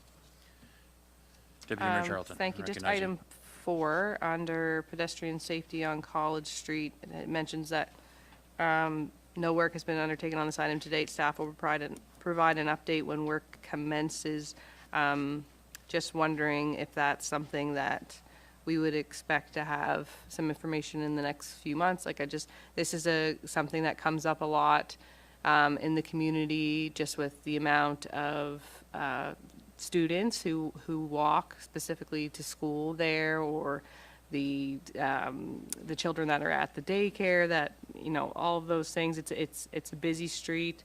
Then when you add in snowbanks and things in the winter, it's even, less safe. And so I just want to make sure that this is not forgotten about. I can absolutely come back at the next meeting and see if I can come up with a firmer timeline. Thank you, Madam Clerk. Any other questions? Okay, at this time, I will call for a brief recess. Let's reconvene at 7 o'clock sharp, please.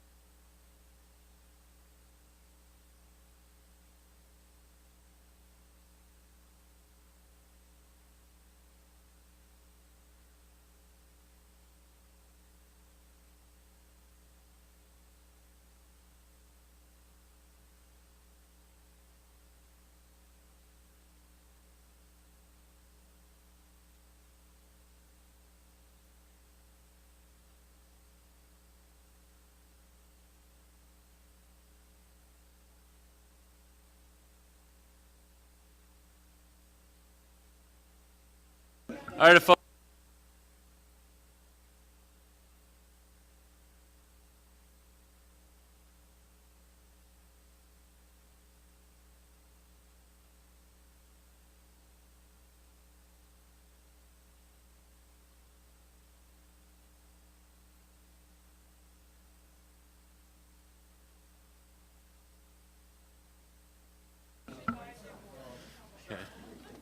So I think the 5-minute break was wishful thinking. But here we go. Okay, so we're moving on to staff reports, the first of which is the RFP selection for the interim planning review. And we have Director McLeod is prepared to speak to that report. Take it away, Director McLeod. Yes, I guess as a brief overview, back in December, as council will recall, direction was given for staff to initiate an interim review of its municipal planning strategy and land use bylaw. This review was intended to be conducted by external consulting services. So in early February, a request for proposals was released, seeking the services of a qualified consulting firm to carry out this review. Upon closing, there was 5 proposals submitted. In the Municipal Planning Advisory Committee, as well as municipal staff, acted as the selection committee and met to conduct a review of the proposals. That meeting was held on March the 17th. Following the evaluation, which was based on a consultant's abilities, experience, understanding, work plan and time frame, as well as costs. So following those discussions and evaluations, the selection committee supported Upland Planning and Design Studio to carry out the interim plan and review. So staff is seeking council's approval respecting the selection of the accepted consultant for this project. Thank you, Director McLeod. Council, any questions for Director McLeod on his report? Any questions? No. Okay. Is there a motion to debate here? Go ahead, Deputy Mayor Charlton. I move that Council of the Region of Queens Municipality select Upland Planning and Design Studio as a consultant to conduct an interim review of the municipal planning strategy and land use bylaw for the total project cost of $76,500 excluding HST. Is there a second to the motion? Seconded by Councillor Jenkins. Deputy Mayor, do you want to speak to it? Go ahead. This motion comes back from earlier conversations about needing to address the land use bylaw, as Director McLeod had mentioned. As chair of the Planning Advisory Committee, happy to support this.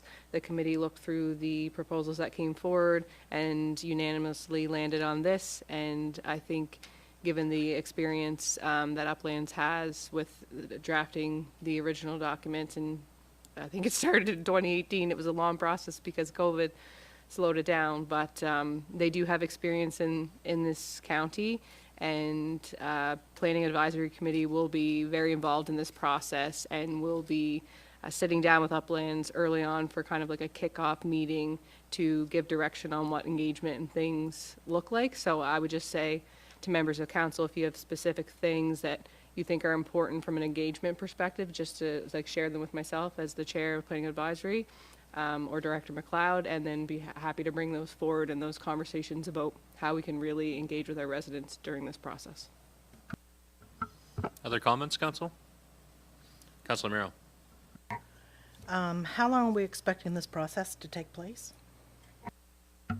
It's about an 8-month process.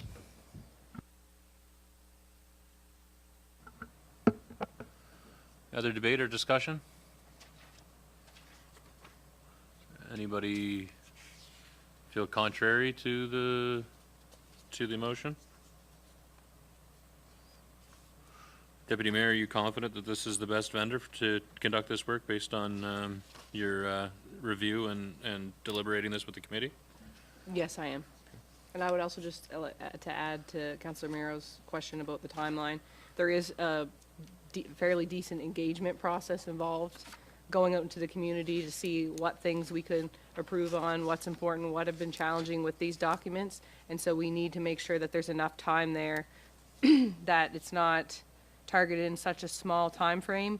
For example, there were a few proposals that came in from some companies that were not local, and so the engagement was all packed in kind of to like 7 days, which makes it really hard for community, staff, council members, and I wouldn't expect you to get great engagement from that. So when some people hear 8 months, they might cringe a little inside, but it's to make sure that we go through this process, get it right, and do it with our community. Thanks. Further comments or questions before I ask the question? Councilor Miro, I recognize you now.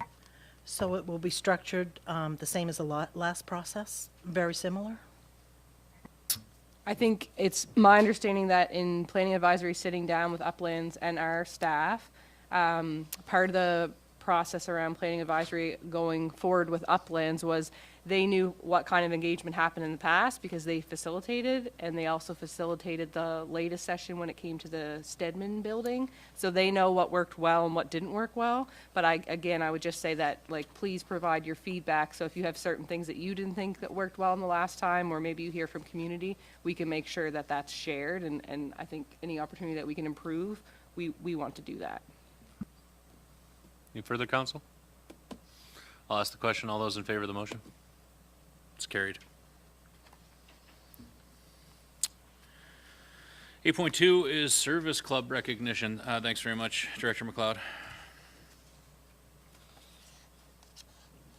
Ms. Sereda, you're presenting the report on the service club recognition? Yeah, I see that you prepared it. Take it away. Yes, I am. This report responds to a request from Council last spring to explore recognizing local service clubs with signage in the community. Service clubs like the Lions and Kiwanis have a long history of contributing to community life here, and this is a simple way to acknowledge their contributions in a visible way. What's being proposed is the installation of 2 small recognition circular signs mounted on a single post located next to the existing wayfinding signage that's at the Bristol Avenue intersection. That location was chosen because it's a key entry point into the community, and it already contains municipal signage, so this keeps everything consistent and avoids adding signage that's in cluttered areas. This approach is also in line with what other municipalities do, placing service club recognition signs alongside welcome and gateway signage. Both the Lions Club and the Kiwanis have been consulted and are supportive of the proposed design and location. This actually came to us from the Lions Club to begin with. That's how this initiated. And they're both pleased with the positioning of that. I think originally they wanted it to be over by the Hank Snow Museum, and this kind of centralized it where other municipalities typically do it as a welcome into town. There's a service club here that you can participate in or see their work in action. From an implementation standpoint, it's pretty straightforward. The signs can be designed in-house and installed by our Public Works team and fit within existing standards for the signage that we already use. And the overall cost is quite minimal. The physical signs themselves are less than just a little bit over $100. And that would be covered within our existing budget, and along with the installation costs, which is fairly nominal as well. There are no permitting issues or policy barriers here, as the signage is on municipal property and aligns with our current bylaws. In summary, this is a low-cost, small project that recognizes the good work being done by 2 important flagship community organizations. It will coexist nicely with our Liverpool signage and responds directly to Council's previous direction. Thank you. Thanks, Ms. Sereda. Any questions, Council? Any questions on this report? Councilor Fancy?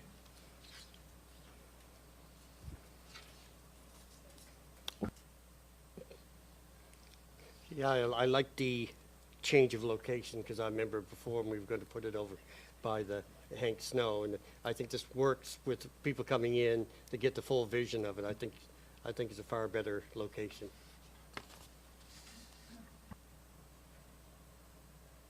Any questions? Okay, thanks, Ms. Serrata. The recommended motion here is that Council of the Region of Queens Municipality approve the installation of two 12-inch diameter Service Club recognition signs, Lions Club and Kiwanis Club, mounted on a single post on the Bristol Avenue intersection adjacent to the existing Liverpool downtown wayfinding signage as illustrated in the rendering enclosed in this report. Member of Council, it's moved by Councillor Fancy, seconded by Councillor Carver. Further debate or discussion before I ask the question? Any comments? All those in favor? It's carried. Thanks, Stephanie. Okay, next staff report is on the Gorum walkway rehabilitation project. Director Grant is going to provide us with an overview of that report. Take it away, Director Grant. Thank you. So we have a quick report in front of council tonight just to speak to the Gorum walkway, which has been roughly 3 years since it was kind of first identified as being in a sort of a failure mode. Since that time, staff have been monitoring to ensure that there's no risk to the public. In 2024, council included as part of their CIP a replacement to that wall. Since that time, staff have worked to redesign the area, making some slight changes to accommodate accessibility. Point form, those improvements are stability, so looking at putting in a modular block wall. We've added lighting to the area is one of the concerns that's been raised by the public, that it's a very dim spot, so there's lighting built into the wall. The slope in the current condition has grades roughly 20% or greater. We've managed to reduce them to 10% or less, as well as adding a rest area as it relates to accessibility. Also improve sight lines in that area so that folks from Main Street can see clear down to the parking lot. There's no obstruction. The width has been increased roughly 700 millimeters, making it more accessible for accessible units as well as our equipment for winter maintenance. Additionally, we've altered the pedestrian crossing. Currently, one of the complaints we get frequently is the fact that folks jut out in front of cars or dart out on Main Street. Moving to, I guess, the last page of the report, there's a sort of a conceptual level plan that we prepared, looking top down at the area that we'll be working on. So removing the existing infrastructure, which is those masonry brick wall, adding the walkway, which you'll see in the curved shape, utilizing some underutilized space there that's currently painted by adding some sidewalk, and then putting lights in the face of those blocks. Allow any questions? Questions, Council? Deputy Mayor? Thank you.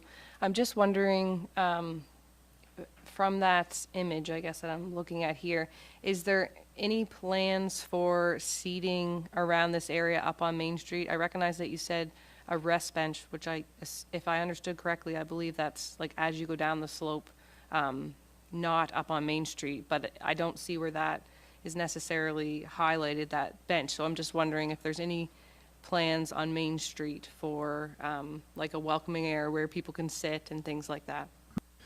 So there's no furniture necessarily included with the design. There is an area that would allow, as it relates to accessibility, for a wheelchair to pull off of the path, essentially, for rest at a flat grade and not be mobilized that way.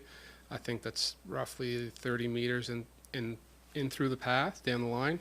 As far as the addition of furniture, like you're speaking of, that can be added at a later date if that's something that council would like to see. Right now, the focus was just on the stability of the wall, the retaining structure, and maintaining that accessible link. Other questions? Oh, go ahead. So with all of the current stuff coming out of there, and given that it's like got some height to it, I'm having a hard time envisioning what this looks like with the picture that's here. So I guess I'm just wondering if there's an opportunity that could come back to council where we have a better understanding of what this will look like, because the way that it's structured there now, I understand that you have to change the curb to make it accessible, but I'm just wondering, is there an opportunity, like with some of the work that goes in there, to do like built-in benches like in cement or like whatever that may be? I can't wrap, like, I can obviously tell that it's going to slope down and you can access that, but how it fits in on Main Street, I don't understand. I appreciate that. Unfortunately, with the software that we have, the tool's kind of at our resource. We are not able to produce those kind of documents like a proper 3D rendering. If council wishes, we could seek the support of an architect, like a landscape architect, to develop those plans and return them to the council. Would be in addition and was an unbudgeted expense.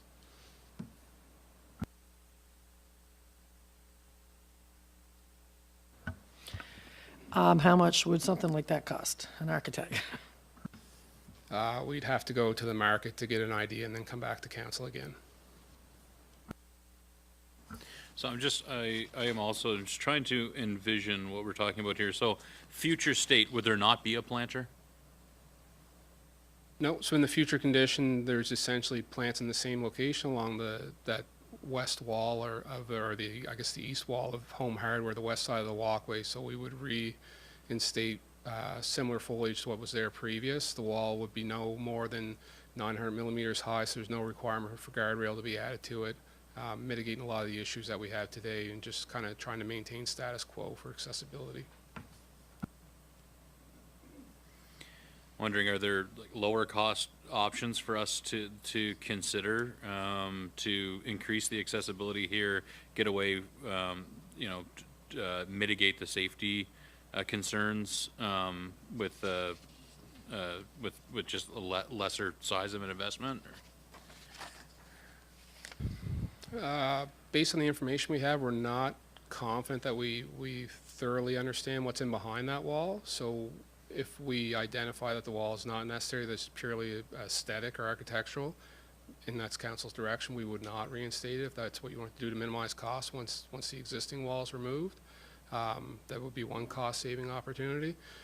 Reconfiguring the walkways kind of going to cost what it costs as far as reinstalling the asphalt and adding new drainage to ensure that it functions properly. Other questions, council? Councilor Merrill. I'm sorry, but I just can't envision what this little drawing here looks like. I can't envision what it'll be. I'd have to see more sketches of how it would look. I just can't seem to connect it with what is here.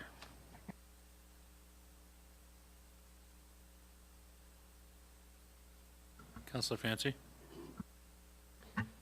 My main concern, I know from the safety aspect, it's got to be from the engineering perspective, but my main concern would be how we'd be aesthetically pleasing on the main street and how we can be able to set up for future, like chairs and things, make it more accessible on Main Street to make it more welcoming.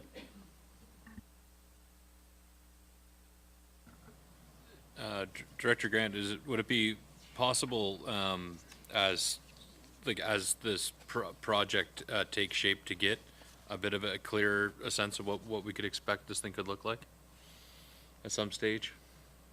Unfortunately, I think you have witnessed the capability, the capacity that we have to produce those kind of renderings that you're looking for. It's just not something we can do internally. We'd have to go to an external resource to produce those documents.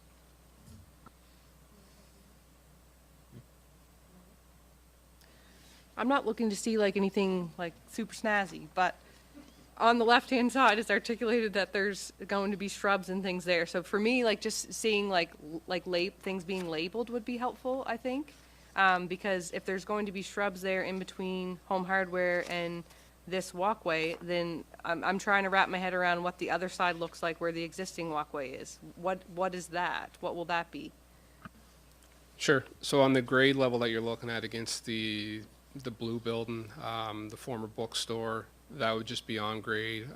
There may be some river rock, like you would see, like landscaping stone, probably minimal foliage to try and reduce the amount of maintenance that we have. But it would be just kind of on grade landscaping, nothing substantial to be installed there.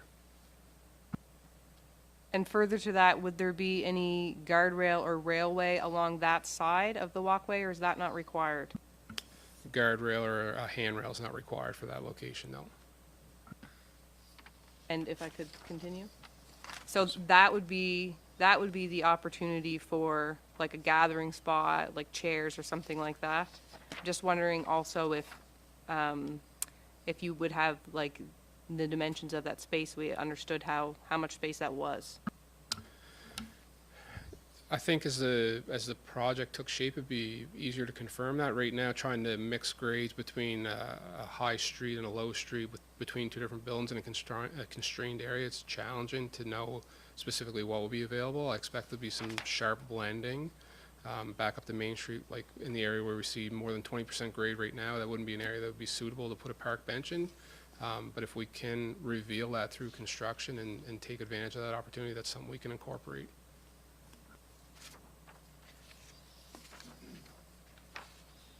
Any other questions, council? Any other questions at this time? Is there a motion? Just to receive the report.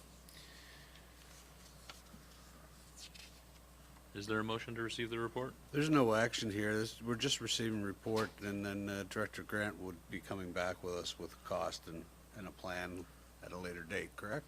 Well, the cost is outlined in the CIP.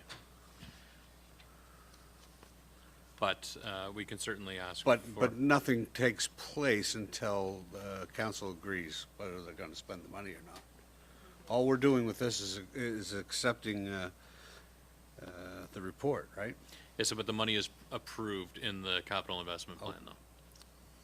It's already been approved in the capital investment plan. Yes, but there was a desire of council to have a better understanding of what this project entailed and what it looked like and whatnot prior to moving forward and commencing work on the project. Mm-hmm. So can I make a motion after speaking on it? Of course. Okay, well, I'll move that council for the region of Queens Municipality receive the report Gorum Walkway Rehabilitation for information. Is there a second to the motion? Councillor Carver seconded the motion. Councillor Wenzel, did you want to speak to it further? No, I'm good. Would anybody else like to speak to the motion? Deputy Mayor Charlton? For me, I just would still like, I guess, some further clarity. I would like to see this design come back with just a better understanding, I guess, to what Councillor Fancy said of like how it's going to look. Because, I mean, I understand that there are challenges here, but it's just pretty vague. And so I think it would be helpful for residents and like businesses on Main Street to also kind of understand. And I think it's difficult to do that because I look at this and I understand we own that walkway, but like how will this all incorporate in the rest of that side, both sides of the building, the building that's on the left and the building that's on the right as well? Because I don't really understand kind of that whole left side. The right side is a little bit easier to understand, but because it just in my mind, like council has said, they want the downtown to be like welcoming, inviting. I'm noticing in here it links it to a strategic priority about dealing with infrastructure that needs to be dealt with, and it's aligned it with that. But I think it's not noting like the importance of like everyone like feeling welcome and like a vibrant downtown and things that we have discussed and I think that are important to our council. So I just want to make sure that the mark isn't missed on this. And so at this point, I would be like looking to our CAO to ask for a little bit of guidance here based off what's been said at this table, both from council and staff, on what maybe the best approach is. Thank you. CAO Thorpe, can I get you to get in there? Thank you, Mr. Mayor.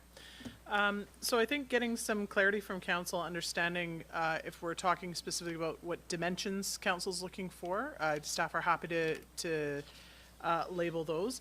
As Director Grant mentioned around the capacity in-house, we don't frankly have the software to do artist renderings of what the space, what the aesthetic may look like.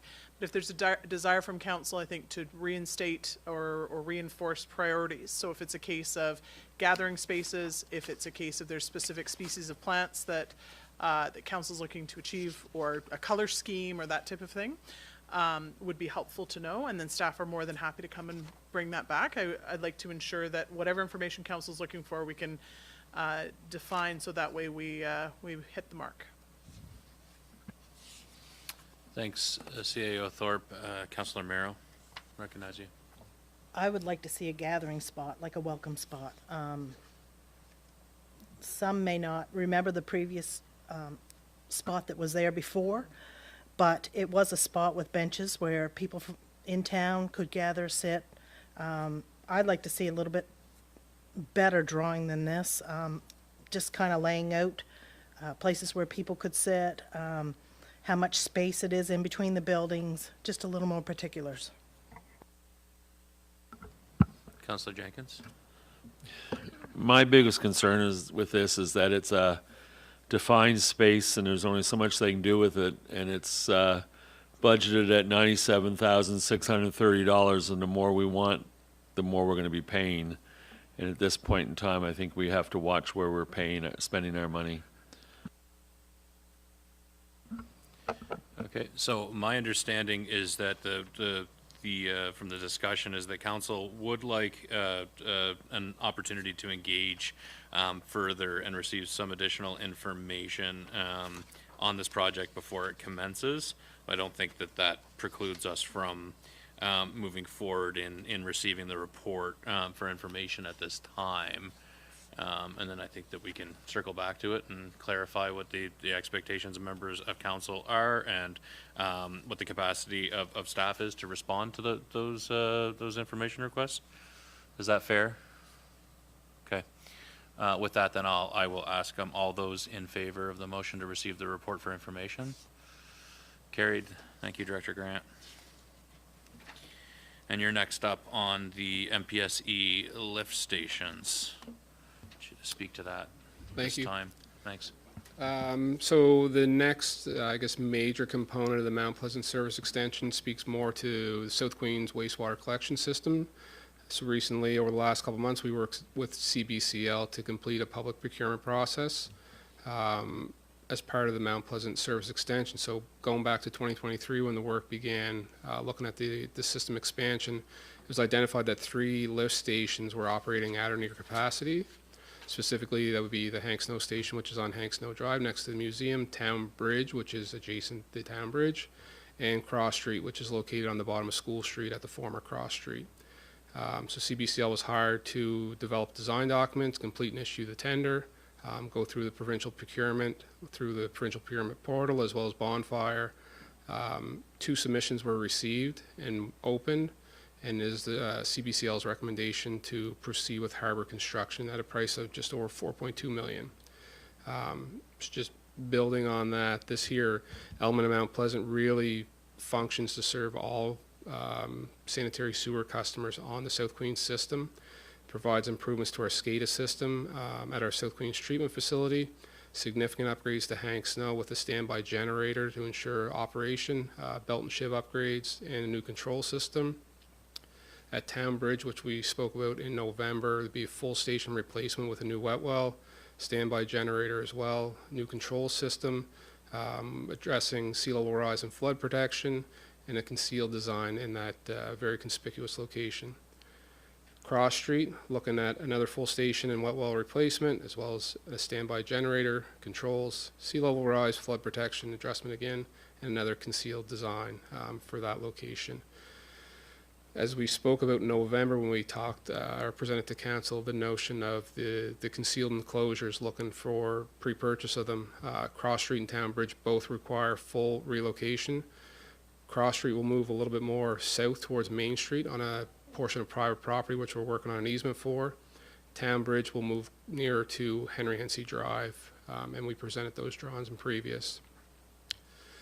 So the results of the tender process revealed the low bid of $4.2 million, despite being slightly higher than anticipated at a slight overage of $100,000. It's part of the defining of the scope through the design process led to that, and we're still on track to finish the project within the Municipal Capital Growth Funding Program and budget anticipation. So just to go back a little bit again, this is another project that's part of the 50-50 cost share with the province in the MCGP, or the Mount Pleasant service expansion.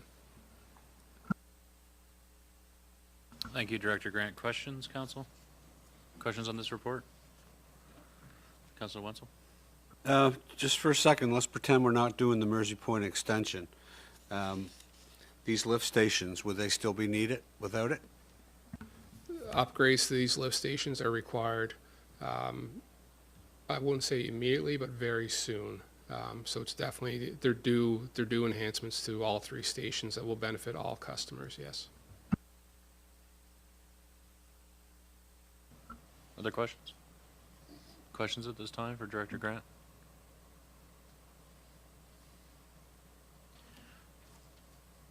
So I see that Harbor Construction was the best value of the bid price. Did we receive multiple bids on this work, for this work?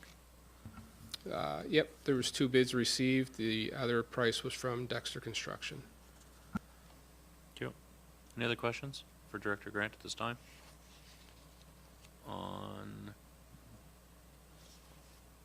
Go ahead, Councillor Jenkins. Just so I'm looking at the line item right, this is, on the CIP plan, this is 24-26, MPSE wastewater lift station upgrading. So it's only, the difference between the bid and what was budgeted was $20,000, so that's, is there a good chance it will stay within that bid amount? Yeah, that's our anticipation. So in the CIP, the line item that would be included would also allow for some construction administration, quality control during the project, and other third-party services that we would expect to encounter. So this is the construction portion. There would also be third-party costs in there. So it is slightly over what we anticipated or hoped for, but within the whole scope of the linear expansion, the lift stations, and transmission main, we're still within the area that we'd like to be. And if we don't do it, I imagine the cost will probably bloom quite a bit over this year and next year. Yeah, I think that's a fair assumption, yes. What's the timeline for completion of this work? The work is required to be completed by March 2027. I would expect that they'd be out of there by December 2027 at the pace. December 2026. Yeah. Okay. Any other questions for Director Grant at this time on this report? Go ahead, Deputy Mayor Charlton. I think this is one of the things that's important to note, that the provincial funds that we had acquired for this project, there were some questions before about, well, why can't you just focus on fixing the current things that you have? The grants that are available from the province and the feds require growth and expansion. And so we were able to access this grant from the province. We're also going after a federal grant as well. And we were able to work in the stuff that we need to address, because we have to address that to be able to grow, and that's how you get those funds, is to grow. So if we wouldn't have acquired this grant, we would be still dealing with this item, and we wouldn't have grant funds to do it because it wouldn't meet that scope. So I just wanted to share that because I think that's important. That's a good point. I can share that in conversations with a member of parliament talking about preparing our application for federal funding, so the CHIP program, it's the same sort of eligibility requirements. If you're going to attend to existing infrastructure, you need to demonstrate expansion of infrastructure for increased housing stock. So they tend to be part and parcel with the other orders of government in terms of accessing funding. So it's a comments well taken there. Anything further? Any questions? Any further questions? Councillor Jenkins, I'll recognize you now. It shows on here that the funding is from federal. Is there provincial money as well in this project?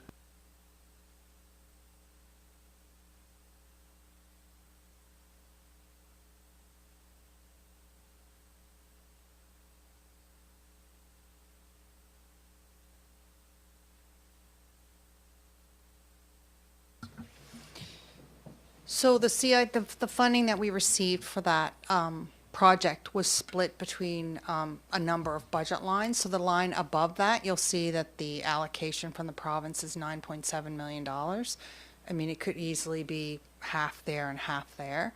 The reality is we don't have enough money to cover both. So how I budgeted is the 1.5 you see under federal.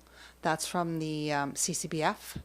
Canada Communities Building Fund, with the remainder being long-term debt. So further to Director Grant's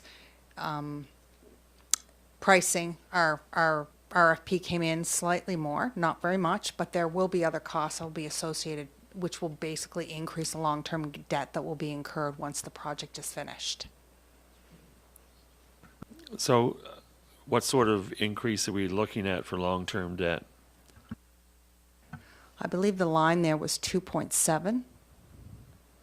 I don't know off the top of my head because I don't have it in front of me, but I believe the line was 2.7. So if you're looking at another 10% overage for, you know, those other third-party costs and construction management and things like that, you're looking at an extra $270,000.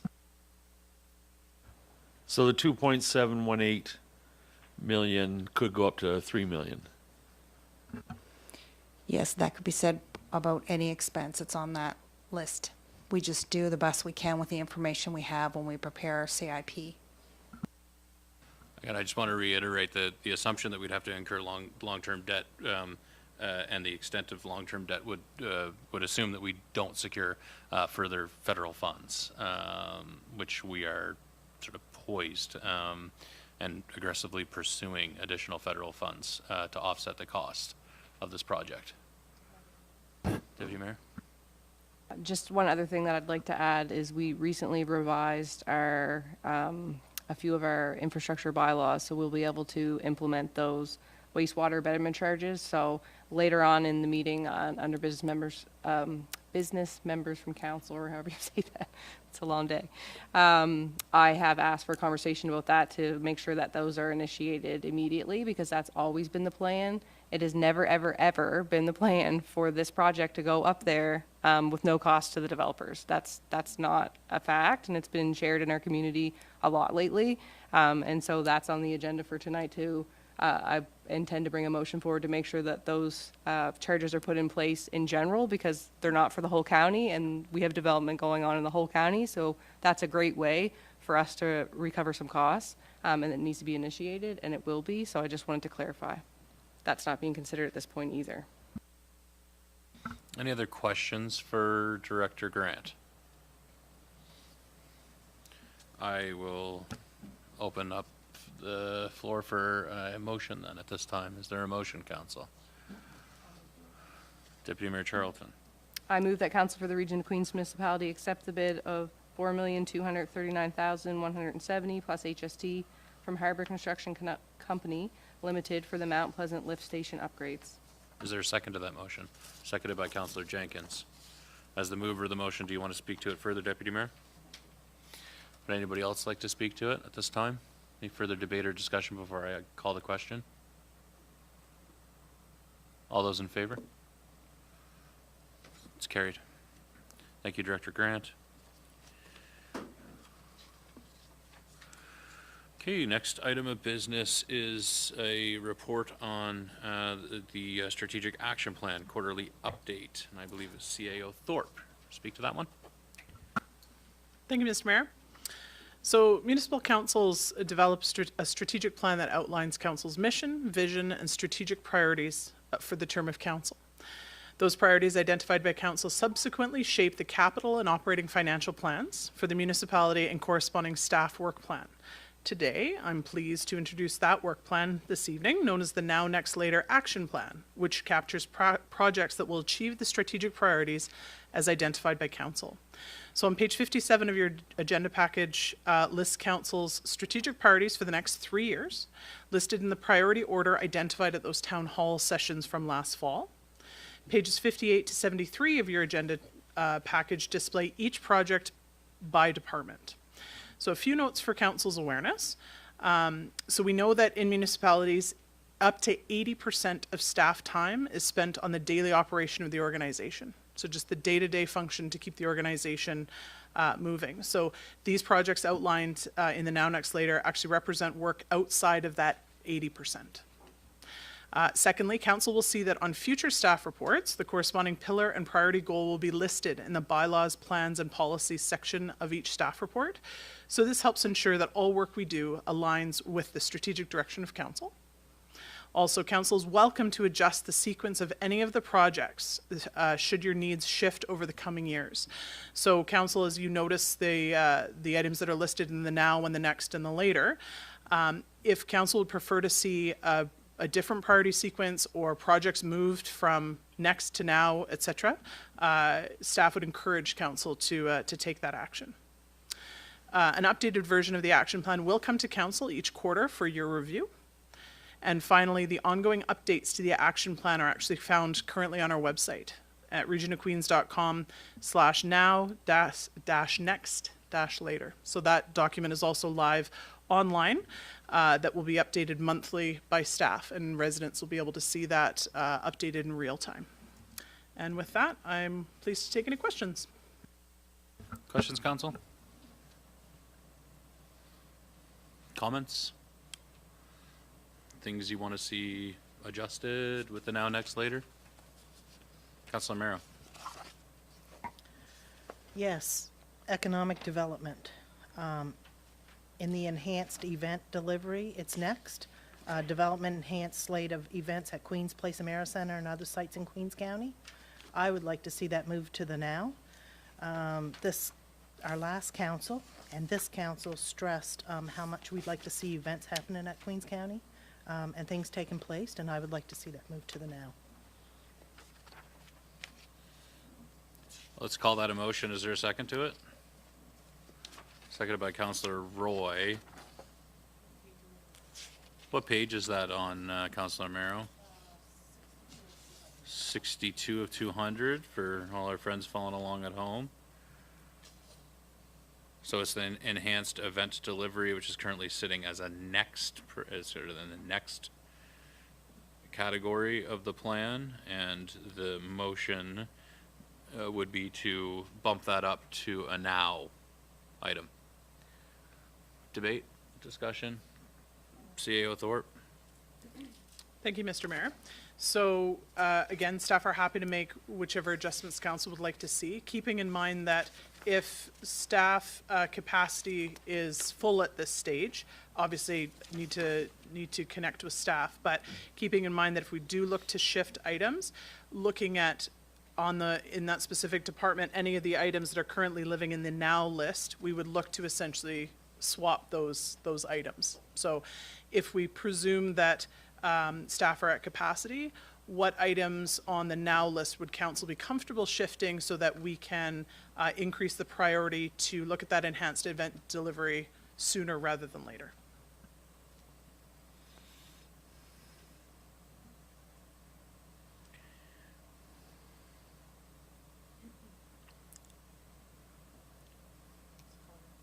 Go ahead. So in looking at the now list for economic development, we have the preliminary work to be completed for the economic development strategy with the completion date of winter 2026. And then the accommodations levy, we know that's in the works and with an implementation for spring, spring, summer. Is that what we anticipate? It will be completed by then? Okay. So in my mind, it also mentions next for the events. I think we all recognize we want to have those, but those events are also tied to the accommodations levy coming into place. I think from how those events are going to be funded are on the accommodations levy. So I don't really see, I think we need a strategy and we need the accommodations levy. So I don't know if it makes sense to try to push that other one up. I don't know if that is really realistic, recognizing that we at this point do still have a vacancy in our economic development department. And there's some interconnectivity there, I guess, between some of the stuff that's going on now, which many of those items are so at 75%, 75%, and 99%. So a lot of what's in now is, there's going to be less impactful in terms of capacity on the resources. And also the RFP for the QPEC and the Beach Meadows, isn't that soon going to be going up? Yeah. Yeah. So, Councilor Mero, I think that it's next, but it's coming soon. That is my expectation. Because the now stuff should be cleared off the slate here pretty quick. Is that fair to say? Yes, Mr. Mayor, and and so we term it the now next as opposed to the now soon, in the idea that of course we need to finish. We can't do everything simultaneously, but yes, it's a fair statement that based on the percentage complete of those now projects, that I think it's fair to say that that the next project with enhanced event delivery is soon. Okay. I think also that, did you say that this was going to be monthly? It will come back monthly? Did I dream that up? So, Mr. Mayor, this this format will come back to council quarterly, and it's also available. It will be available monthly, but there will be monthly updates on our website. Website will be updated monthly. Okay, thanks. I definitely dreamed up the month part. Optimistic, I guess, on soon. I think that this is a good approach moving forward. Also, it like lets our residents know like what we're working on. Council can understand, you know, how far something is coming along, and then when it comes back quarterly, it gives council a good opportunity to say, well, this isn't a priority for us like we thought it was anymore, so we're going to bump it down and change it with this. So I think this is a good approach, and I'm not going to advocate to change anything right now. Thanks. Do you want me to call a question on that, Councilor Mero? Do you want me to call a question on the motion? I guess not. I guess I'll withdraw my motion, but I would like to see it very soon. Thank you. Now, very soon, next later. I have a question. So finance, so page 68 of 200, in the now category, we have the well and septic loan program. The expected completion date is winter 2027. I just want to highlight that that we need that I see that there are several items that are lumped into policy development there. I guess my question is if we could get clarity on specific to that well and septic loan program. So we know water security is a big challenge, and is expected to be a challenge, unfortunately, in the upcoming summer months. So I don't know what the expectations are in terms of timeliness of having that program available. Yeah, so Mr. Mayor, I'm happy to take that away, and we can Please. Confirm timeline for you. Thank you. Anything else on this one? Councillor Fancy?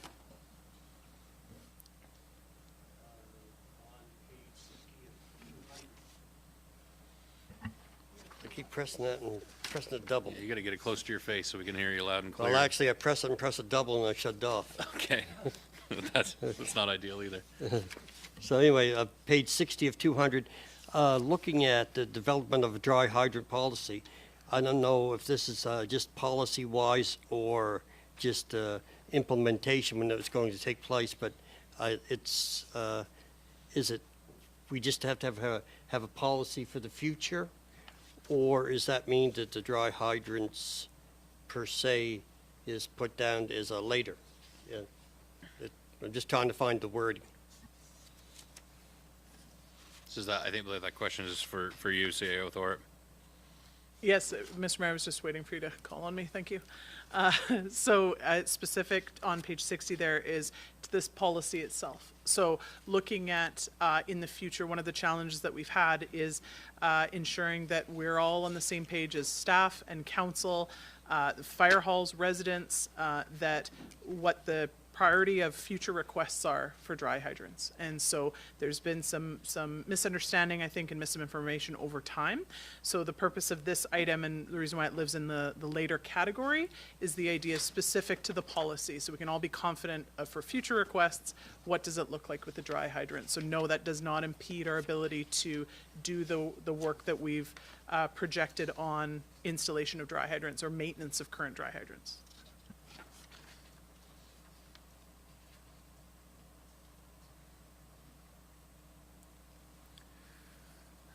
With respect to, so page 66 of 200, infrastructure, public works, next, the asset retirement policy.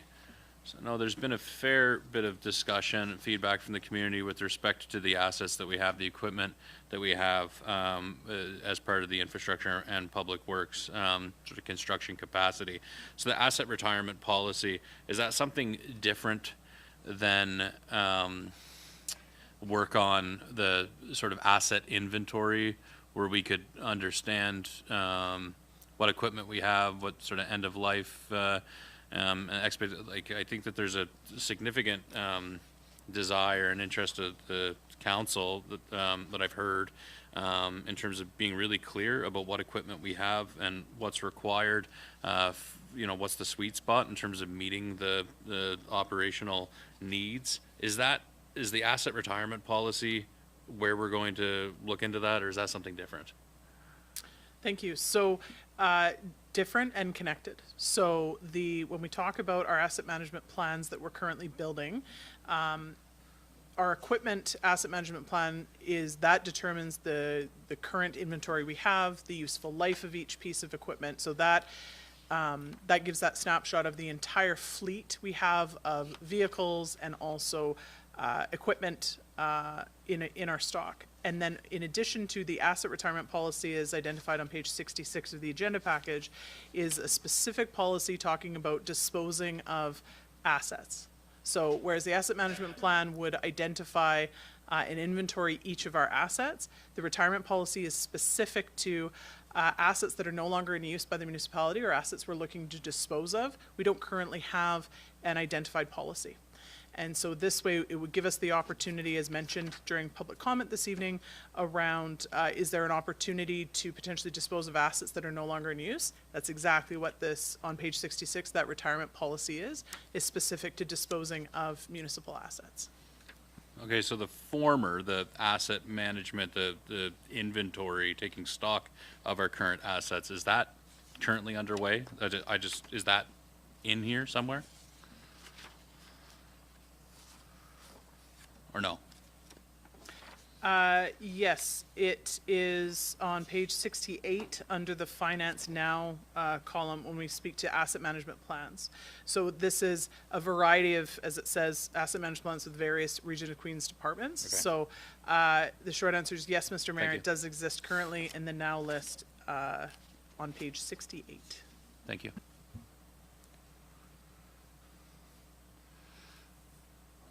I appreciate this.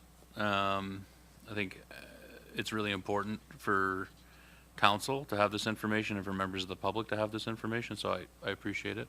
Staff? Other questions, feedback? It's the first time we've seen this one, so it's going to be evolving over time here.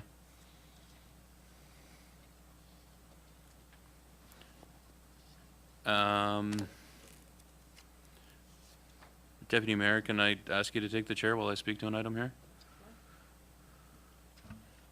I just highlighting, so page 73 of 200, where we have programming, develop season-specific programming and marketing plans. I just want to be assured, now that we have a full-time programmer in the staffing complement for the Recreation Department, I see that coming as a next, and perhaps it's appropriate that a fulsome development of a seasonal sort of programming and marketing strategies in place. I just want to assure that that there's work being undertaken in the meantime, like presently, to advance programming and offerings available to members of the public through the work that's being facilitated by that recreation and aquatics programmer. Yes, that's correct, Mr. Mayor. So there is currently programming plans being built, and with the goal that we will look to have our programming offerings set anywhere between 6 months and 18 months in advance of seasons. Thank you. And then just with the community wellness strategy, I know we've heard loud and clear from members of the community about the challenges that they're experiencing with respect to housing security, food security, water security, exposure to intimate partner violence, lack of social connectivity, aging in community, and with particularly experiencing the provincial cuts, we're in a position where we need to be really measured and deliberate about the way that we're expending limited municipal funds to advance and support community wellness. And so I would like to see the community wellness strategy being advanced yeah, if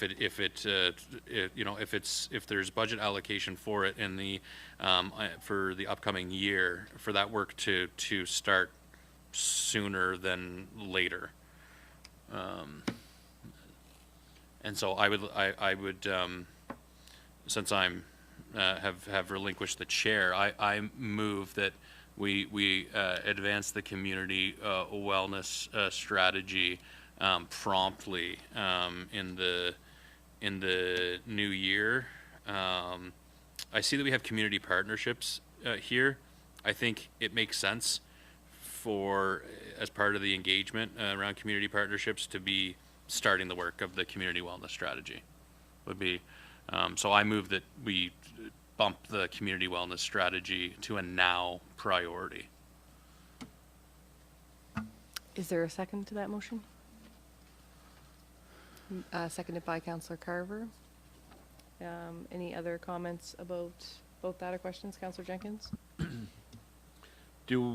Does the staff have capacity to deal with this added into the now category, or are they at capacity now? So, Madam Mayor, I'll need to go back and discuss specifics with staff. But as the mayor mentioned as well, this idea of community partnerships being a now item, there's much overlap in a variety of these projects as well. So just like with the community wellness strategy, so the short answer is yes, staff will endeavor to put it on the now list.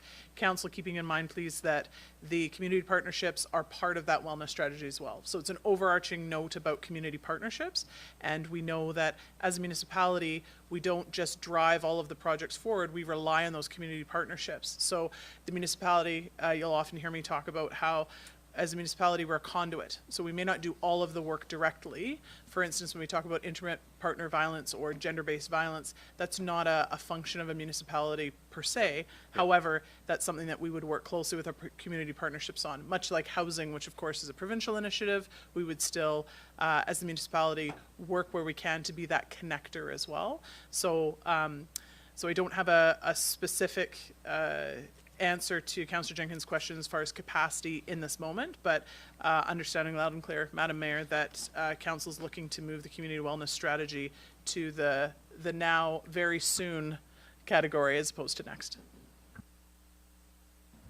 Yeah, go ahead. I would just say my expectation is that the community wellness strategy, the actual facilitation and heavy lifting the community wellness strategy be undertaken by a subcontracted resource. Was my understanding as well. So from a staff capacity issue, obviously we're going to have to be engaged in the process, but it shouldn't be heavily onerous, heavy lifting on staff.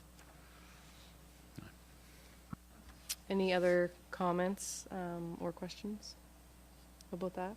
So there's a motion on the floor. It's been moved and seconded to advance the community wellness strategy to now or soon, however you want to interpret that. If there are no further comments, then I'll look to call the question on that motion. All those in favor? Motion is carried, but all those opposed? One opposed. Thank you. Okay, thank you, Deputy Mayor. Anything further on the Strategic Action Plan quarterly update? Look for a motion that the Council Region of Queens Municipality receive the report titled Strategic Action Plan Quarterly Update for information. Moved by Councillor Merrow. Is there a second? Councillor Carver seconded the motion. All those in favor? Call it accepted. Next item of business is, where's my sheet? Is the area rate request, so the 2026-2027 area rate requests. Director Vino? Good evening, Council. So this report outlines options for Council with regard to area rate approval for the 26-27 budget year and confirms what requirements have been met as outlined in Policy 23, Community Area Rate. And just to note that subsequent to me writing the staff report, Brooklyn Cemetery AGM minutes were provided and they were included in your agenda package. Questions? Council, questions?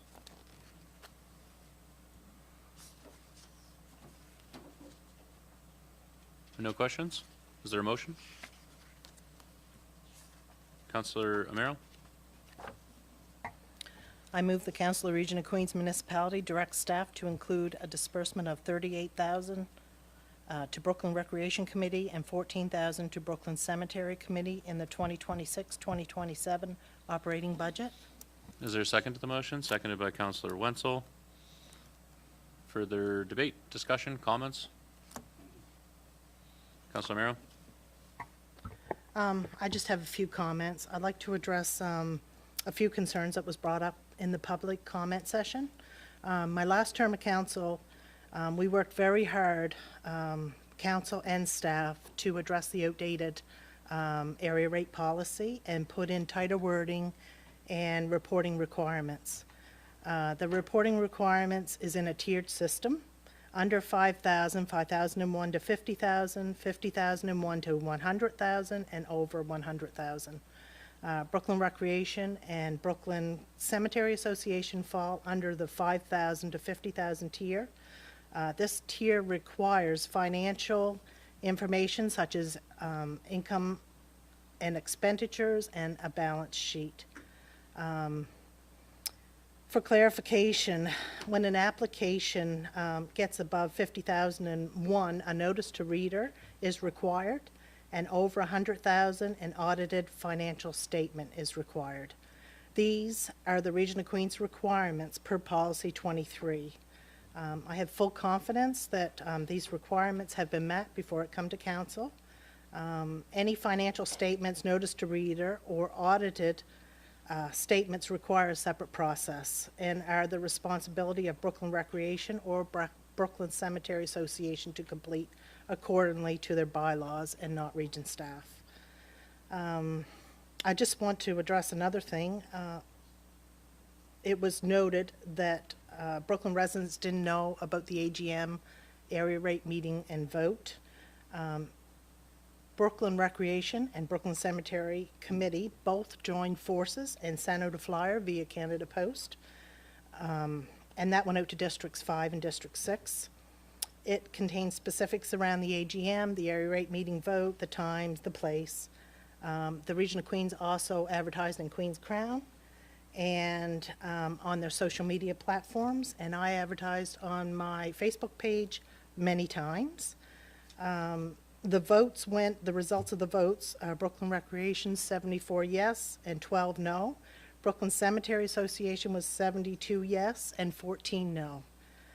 Yes, the attendance was down from 4 years ago, but this indicates to me that the Brooklyn residents are pleased with the work that Brooklyn Cemetery and Brooklyn Community Association are doing, maintaining and managing their properties. And if they weren't satisfied, they would have come out and contested it at the area rate vote. And I would like to thank the volunteers of Brooklyn Recreation and Brooklyn Cemetery Association for their time and commitment to our community. Thank you. Thank you, Councillor Amaro. Further debate or discussion on the motion? Anything further, Councillor? All those in favor? Motion's carried. Okay, so the next one we have is the operational budget, latest round of that.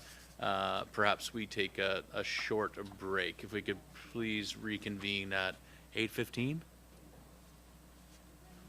Thanks.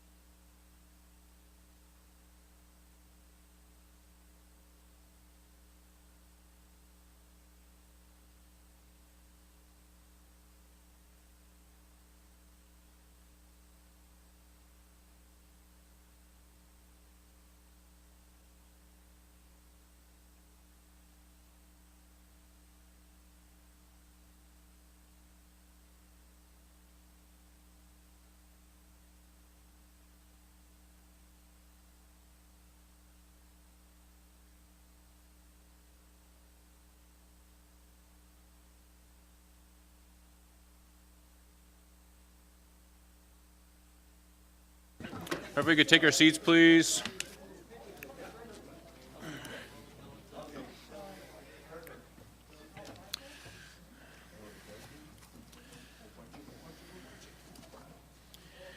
Okay, so here we go again with the operational budget discussion. Director Vino, if you could just high level walk us through what's changed since we last met. Certainly. There we go. Thank you, Steve.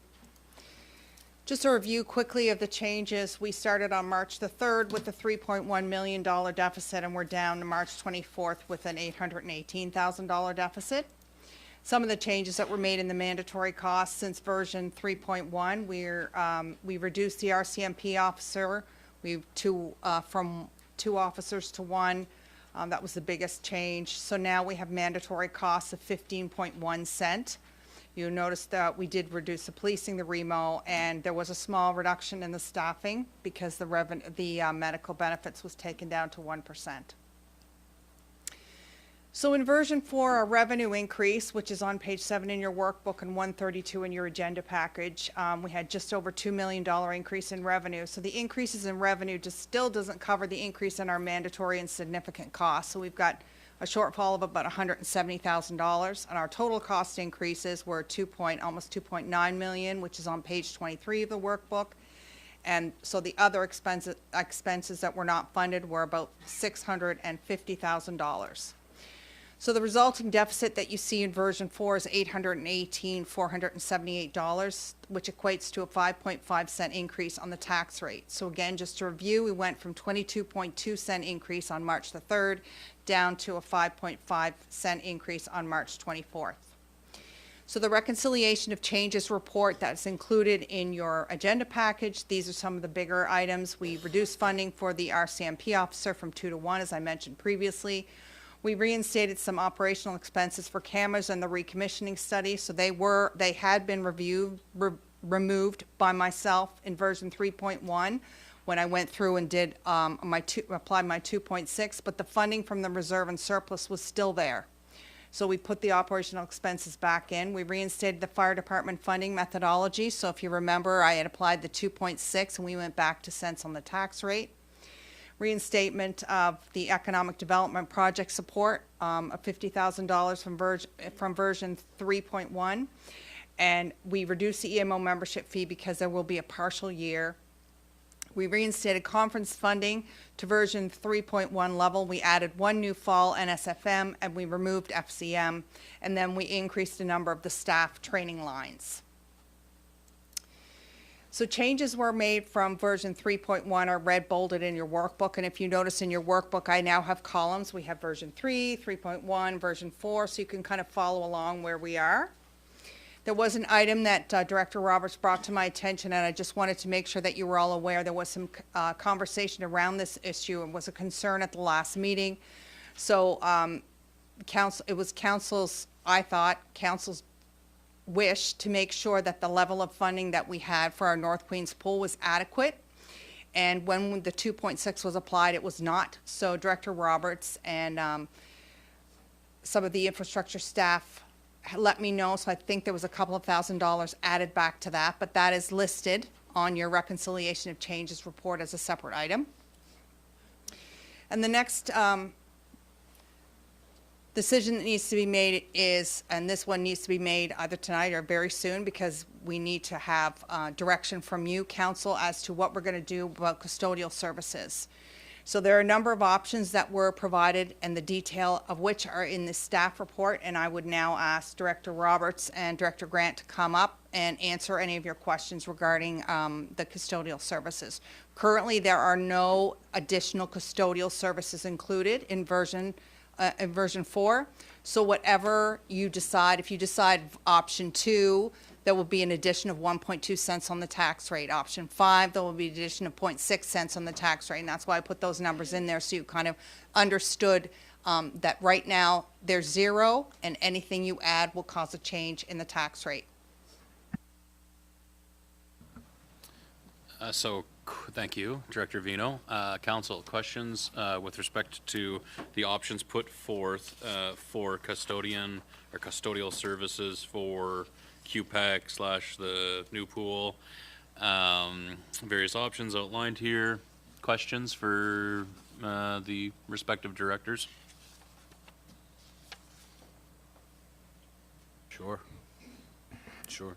Go ahead, Councilor Watson. I will just bear with me for 1 second here. I do have some questions that I wrote down earlier. I'm just trying to find them.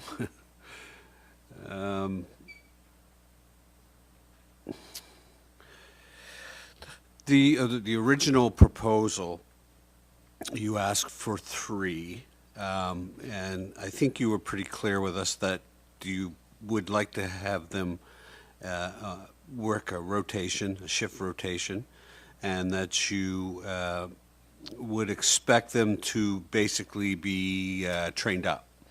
In other words, fill in for your operators, maybe? Is that still, when I look at, say, option 2, is that still your thoughts, Director?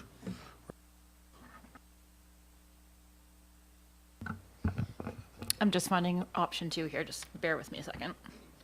So option 2 you're referring to is just the addition of 3 new custodians and not the transfer of 1 from Department of Infrastructure into Queen's Place plus 2 additional, correct? Is option 2 not your original proposal?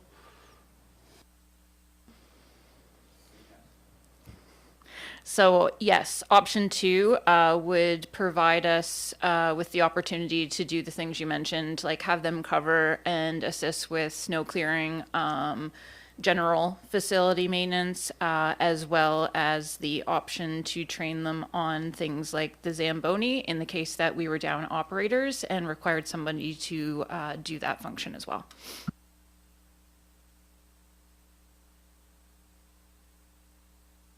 Other questions, Council? Yeah, I still, Okay. I'm still going to go with this. So the one from 2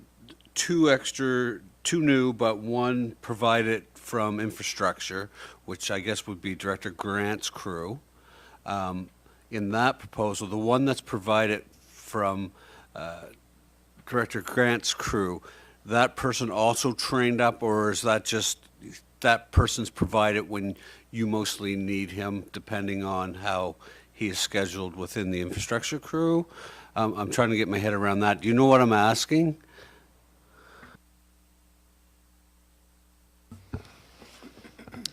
Are you, let's start with which option are you looking at? Whatever the option is that includes, I guess it would be 4. I guess it would be option 4.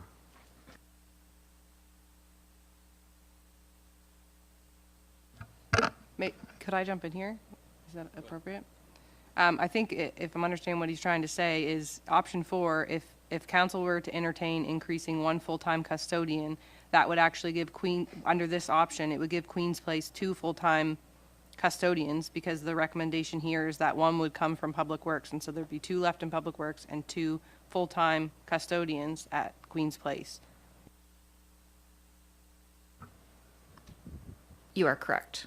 Yes, that's what option 4 is, and I would just caution that with option 4, our Director Grant can speak to his department, but for us at even 2, we would be not able to cover all of the custodial services. We would still be left with a significant amount of time that we wouldn't have anyone there. We're open 7 days a week. And, during our busy times, it's upwards of 100 hours a week that we're just open to the public. That doesn't include the hours above and beyond that once we're closed, that custodial services are still there. So while it is an option, it certainly for my department would still have operational challenges. And Director Grant, can speak to his department. Yeah, I guess not speaking to any one option in particular, I think what's presented to council is somewheres of a mix between the full package that was initially requested, which was the 3 custodians, all the way down to 0 additional custodians, to try and identify what council's willing to accept as a level of service provided. Each cut in a position will come with compromise with a level of service and what we're able to provide. Those compromises are somewhat legislated as we provide, I don't want to say bare minimum hygienic requirements, but we provide a level of service that's required under legislative obligation through occupational health and safety. Pardon me. Which may place additional burden on other staff to, pick up the slack too, because things still have to get done. So the custodians we have may focus solely on those sensitive areas like washrooms or food and beverage areas, whereas other staff may be required to pick up their trash, clean up around the offices, etc. So there will be a balance that we'll have to work through over the year if that's council's direction to start, and it may be an opportunity to, I guess, to go in with the 2 and 2 and see where we land at 6, 8, 12 months from now, if we're achieving what the goal of council is or not, to recognize if we need to look for additional staff next year or look for additional ways to cut back. Councilor Merrill, recognize you. It's been mentioned a couple times about custodians doing snow clearance. Why is the Public Works not doing the snow clearance? Yeah, so it's a balance, I guess, in all the areas. So at Queen's Place, within the immediate area around the building, Queen's Place staff looks after that. Here at the admin building, the grounds crew is tasked with that work. Other areas like the town hall or the general public downtown would be accomplished by Public Works. So it's all of the employees that are frontline, flexible, and able to accommodate or achieve that goal of getting the work done, essentially.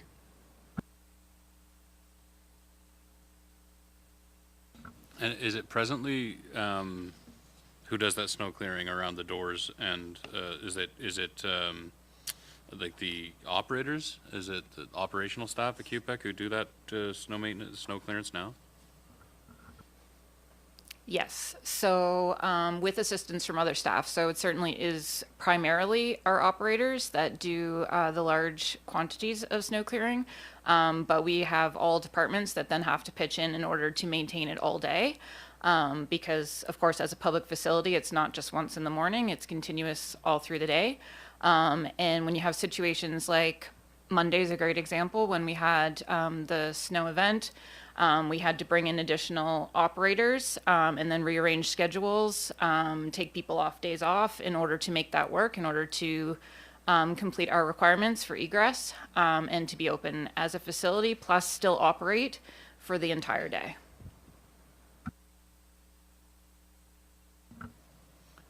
Further questions, council? I don't have a question. I just like to address council itself on this issue. I mean, we've got a Class A facility over there that needs to be maintained, and we need to maintain it in a smart way. And I understand our constraints with budgets, but janitors or custodians that can be trained up with this pool coming, it just makes these 3 custodians make sense to me. You think about the gym that has to be cleaned. Just the whole general area, when there's food supplies, when there's events, we don't have enough people to keep it maintained. So that this is my thought process anyway, that I don't see where the alternatives maybe but then does that really help, or it takes away from the infrastructure crew? Are we paying Peter and Rob and Paul? I'm having a hard time to articulate this, so I'm just going to say that I think with that facility that we own and we operate, and we're trying to get more events there, and we're going to have a pool, I just think it makes sense to me to have a rotation of shift of custodians. Can I get a motion out of you so we can debate it? Councilor Wenzel, or? Yeah, you can get a motion. I mean, I'll opt for, I'll move that we accept option 2, addition of 3 full-time equivalent custodians. Is there a second to that motion? And seconding the motion means you want to discuss it, doesn't mean you necessarily agree with it. Is there a second? Second. Councillor Carver seconded the motion. Do you want to speak to it further, Councillor Wenzel, as the mover of the motion? All I can say is if there's a better way, if folks see a better way to keep that place in its working condition and to have more events, and with the pool coming, if there's a better way than this option, then please speak up, explain it to me.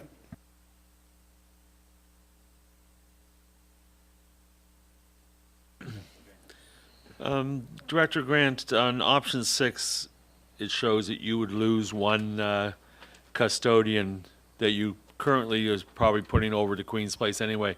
Would that affect your operations any if we went with 3 for Queen's Place and you dropped one in your staff?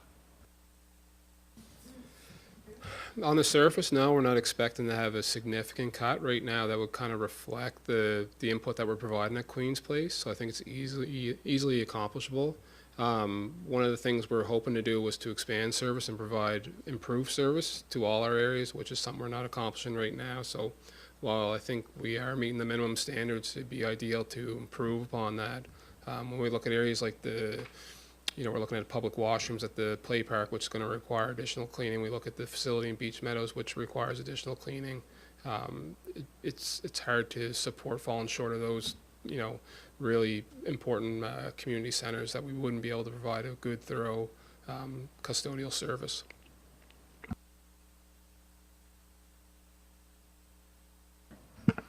I certainly recognize that there are some custodian, needed at Queen's Place. I'm just wondering, in some of the things that you articulate that we're responsible for cleaning, they are seasonal things. So I'm just wondering, I guess, why there isn't consideration to kind of work that in, because in my mind, not all of our facilities are cleaned on a yearly basis. Obviously, there are some that are. So right now, our anticipation would be to continue operating all these facilities year-round like we have. So Beach Meadows Beach has the same opening hours, reflective of shorter day period, but it's still open 365 days a year. Requires additional cleaning in the winter due to the weather and stuff. If the play park is something that we want to look at operating seasonally when the washroom facility does open, then we can definitely help, mitigate some of that expense through that way. But our anticipation is to continue service, not shorten seasons.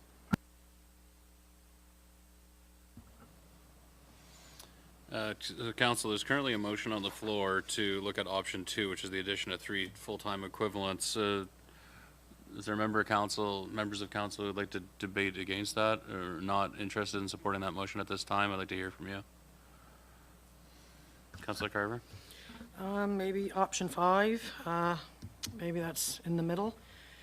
And maybe once some of this stuff is built, like the washrooms aren't even built over there yet, right? The outside ones. And once that's built, maybe 2 for this. Is that 1.5 for 5? So if we start out with that and see how that goes, I don't know. That's just an idea. And maybe we can contract out if we have some events. I mean, we don't even have any events yet, right? So I don't know. Any other comments? Any other debates on this? Go ahead, Councillor Miro. I do realize that we have a pool opening in there and we need custodians to help out with that as well. And I have had some complaints about the cleanliness at Queen's Place, so I do understand we do need a custodian there. But for 3 full-time custodians, we don't have any events there yet, so I cannot support that motion for three full-time custodians. Would any other member of council like to contribute to the debate before I call the question? Deputy Mayor Charlton?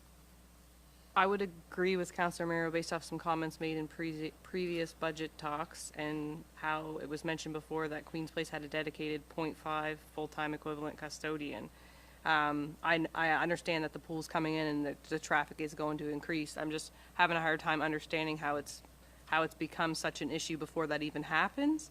I would be inclined to meet somewhere in the middle, probably what Councillor Carver said with the 1.5 full-time equivalent, and then it's up to staff, obviously, how they reallocate things, but it mentions in here that there would actually be 2.5 full-time positions, and Public Works custodial would decrease from 3 full-time to 2 full-time. I think if we start with that, we have a better idea of what's to come in the future, because right now it's been said that there are operational staff that do some cleaning.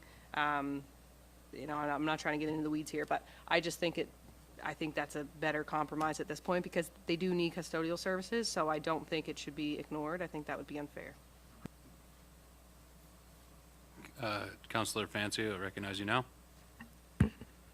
Just one question. When we talk about a 0.5, or can we talk about seasonal? Because if you're saying, okay, we're going to have extra custodians there for when people are swimming, and it's open less than 6 months of the year, is that a seasonal job, or is that a 0.5 job, where it's, you know, you're only using them for that part of the season? Is that still classified as a 0.5 or less, or is that a seasonal? I'll refer that question to the staff. I can answer that. So the way it's budgeted is by number of hours. So it would be the responsibility of the director who's in charge of scheduling the additional part-time / seasonal custodian, how he or she sees fit.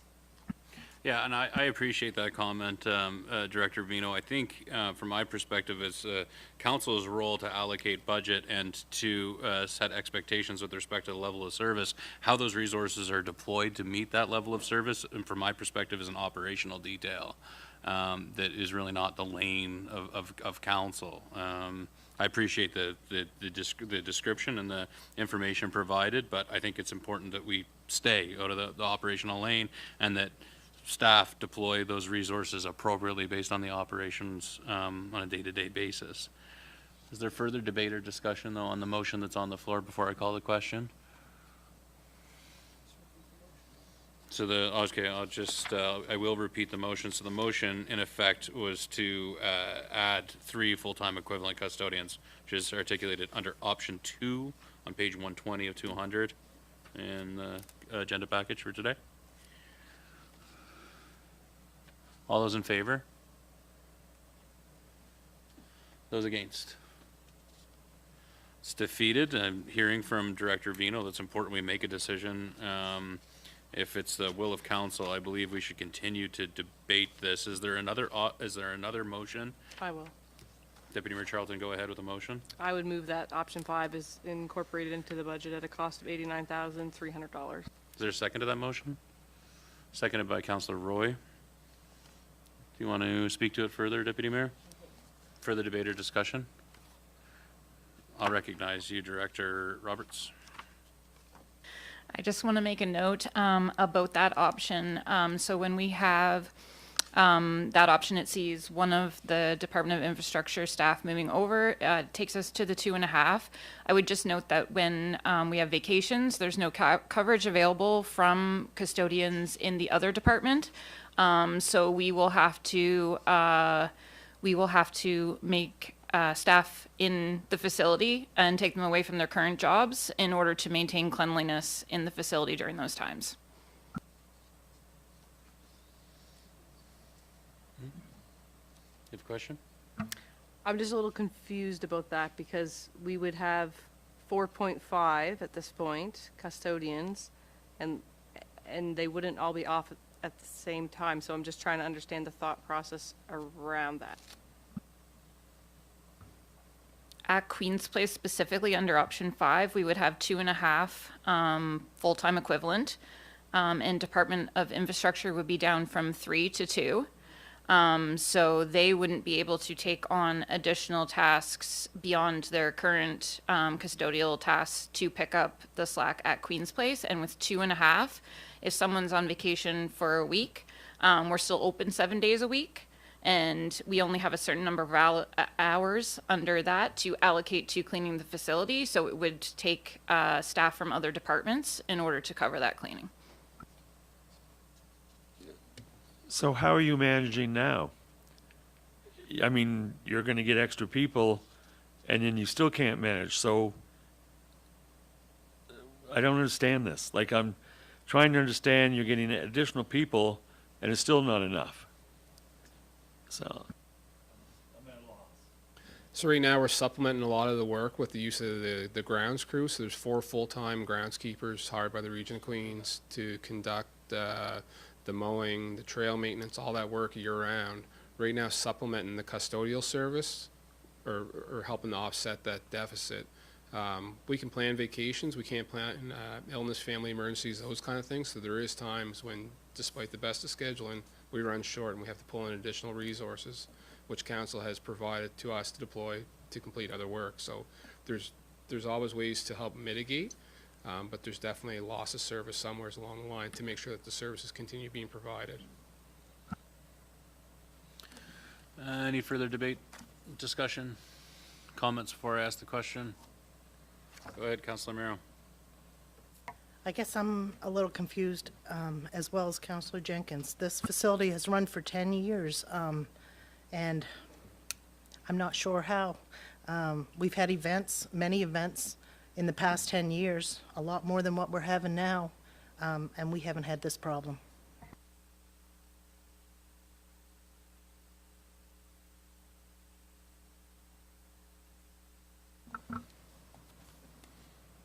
Further? Anything further before I ask the question? Okay, all those in favor? Those against? 2 against? Motion's carried. Okay, Director Vino, Okay. Right back at it.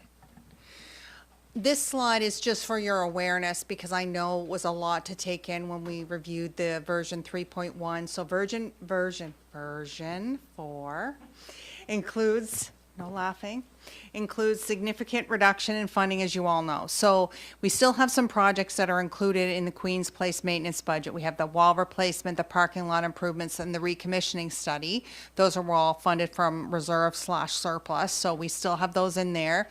And then we have the $140,000. It's been the historical amount in that budget line with the CPI added. So the following had been included in the original budget, version 3, but are no longer funded. So again, just for your awareness, we had the facility door access was in there for $17,000, and that was something that was identified by our safety consultants, and the contractor work support. So that's if we find ourselves in need of work that perhaps there are safety constraints or training constraints with our current staff complement. There was another $12,000 that was included in that line that's been taken out.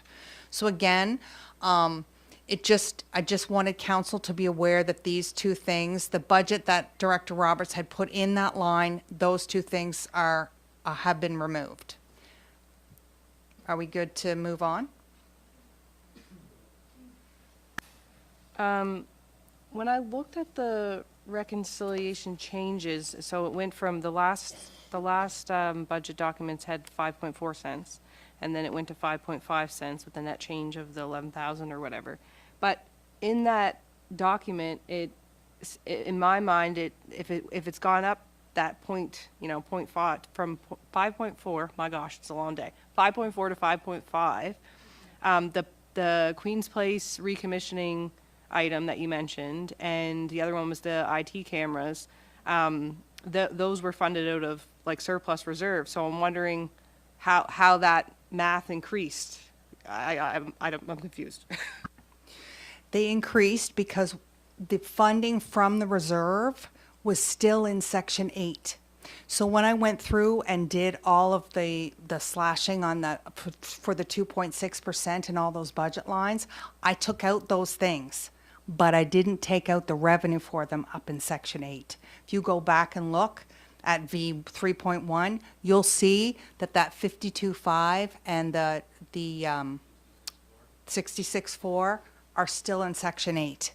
So what I did was I took out the expenses, but I kept in the revenue. And it was Director Roberts actually during the meeting that said, where's the 52.5, and I couldn't find it on a line, and I knew then that I hadn't done it. And when Deputy CAO Hurdle said about the cameras, I thought, no, I did the same thing there, and so that's why those things had to be added back. So I understand, because I too went, oh.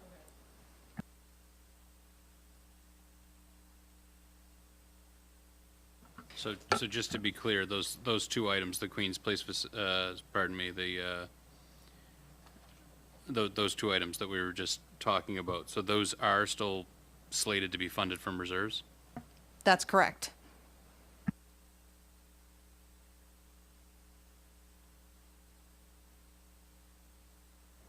Are we good to move on? Okay. The next slide is, oops. Just has the details of the benefits package for council that was included in your staff report.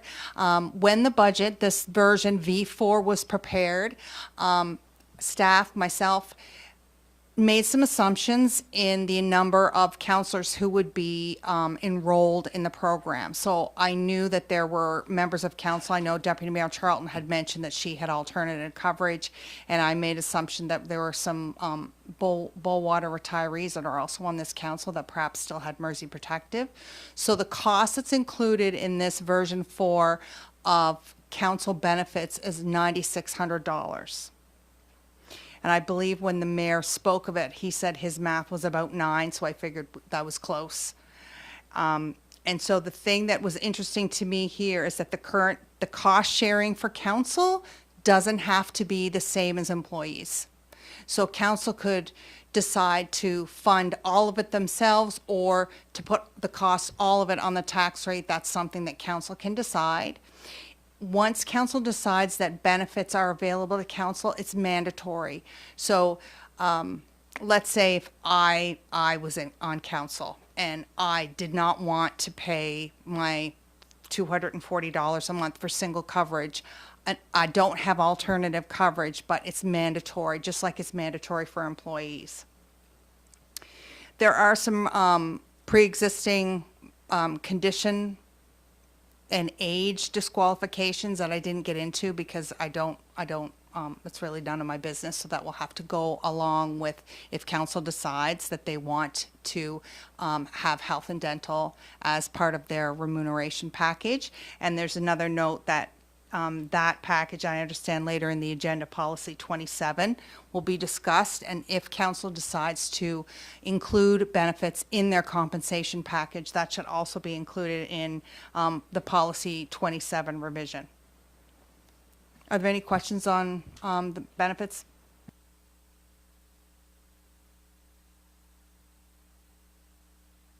So my question would be, you say it's mandatory, so you can only, just to clarify, so you can only opt out if you have coverage through another provider, is that right?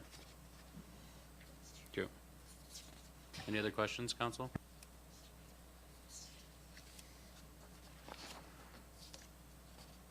Would you, it seems like the natural time to debate that, whether we include that in the budget or not.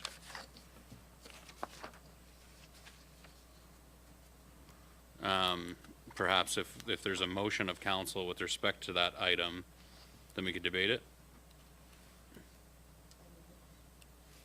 Go ahead. I would move to include this in the budget with the cost sharing the same as the employees, at so 50-50. Is there a second to the motion? Seconded by Councilor Romero. As the mover, do you want to speak to it, Deputy Mayor? Yeah. In doing some research in other municipalities and going back and looking at West Hants for a comparable, and this will spin off and I'll talk about it on the next item, but it was noted in the package previously that West Hants didn't have benefits, but I was reviewing their budget package just yesterday, and they do have benefits. So their council can opt into benefits if they choose. They also have a pension program. That was not something we were talking about. We weren't considering that. But I just wanted to clarify that previously it was stated that West Hants didn't have it, but they actually do. It came into effect somewhere in the fall of 2024, I do believe. And I did I did say previously that I wouldn't be accessing this, but I think it is important that this is here and it's treated the same as our staff, and it's 50-50. I think that is fair and equitable. And yeah, obviously supporting it. I move the motion. You don't have to support it because you moved the motion. Further debate or discussion on this?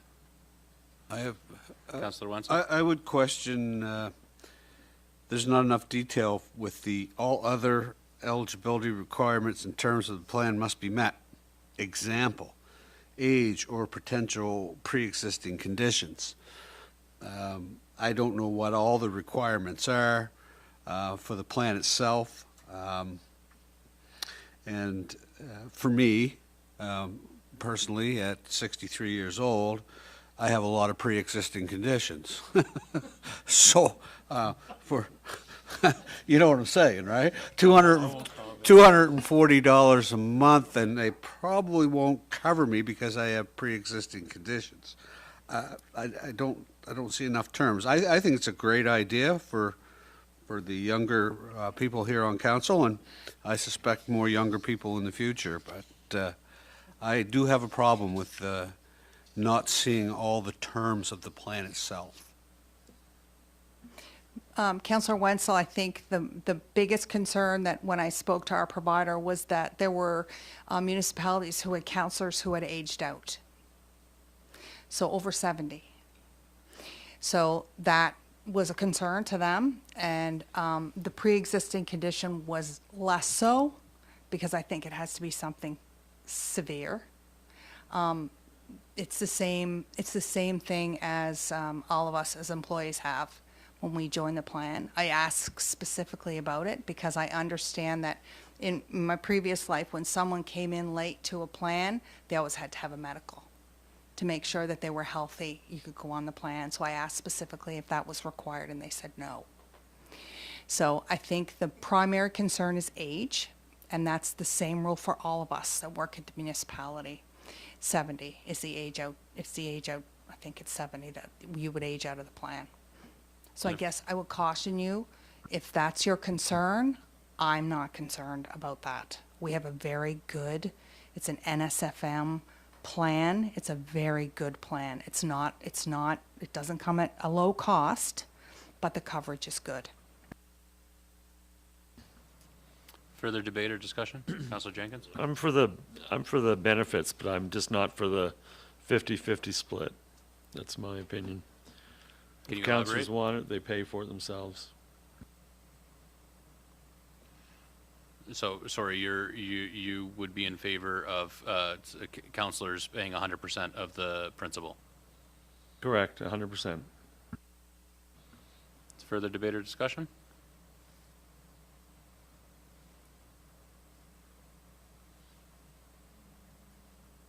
Anybody else like to speak to it? Go ahead.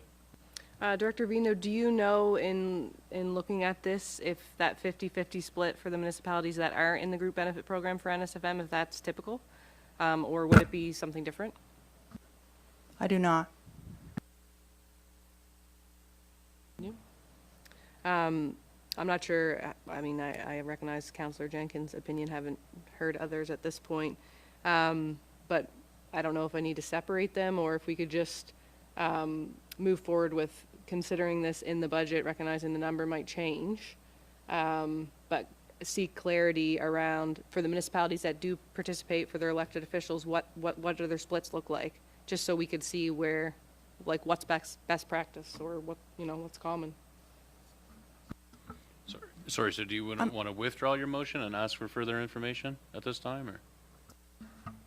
I think it needs to be included. I'm just uncertain of the number, so I don't know if we could just, if this empowers staff to just come back with like 2 different options for when we're moving forward with like the adoption of the budget, if we are going there, if we can include it at the 50-50, or like what it looks like to include it at the 50-50 versus what it includes it to look at a different split, if that is a common theme, and if it's not, then maybe it just stays that way. I'm not sure how other people feel.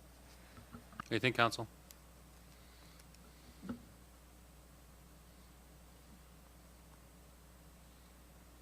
have a question. Go ahead, Councilor Wenzel. Cost per month, your bottom line, Director Vino, $240 for a single, $621 for a family. Is that the split cost, or is that total overall cost? That's combined.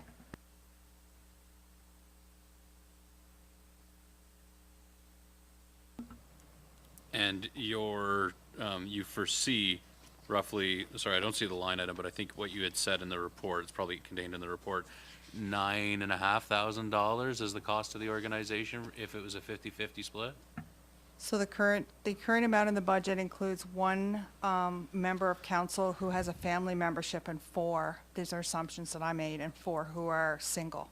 So if we're gonna get down into the nitty-gritty of the budget, it would be very helpful for me for council to let me know if they plan on participating in the benefits plan, if council approves it, and then I can tell you exactly how much it's gonna cost with 50-50, 70-30, 60-40, whatever.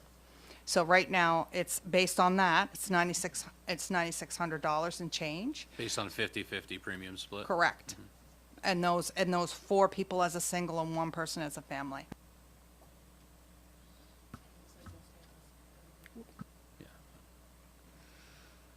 Okay, go ahead, Councilor Carver. I will be opting out because I already have it. I don't need it, but I think it's wonderful for anybody that does need it, and I agree with Councillor Wenzel that there probably will be some younger people come on board here, you know, in 28, 29. Okay, further debate or discussion? Okay, sure. All right, I will call the question. All those in favor? And those against?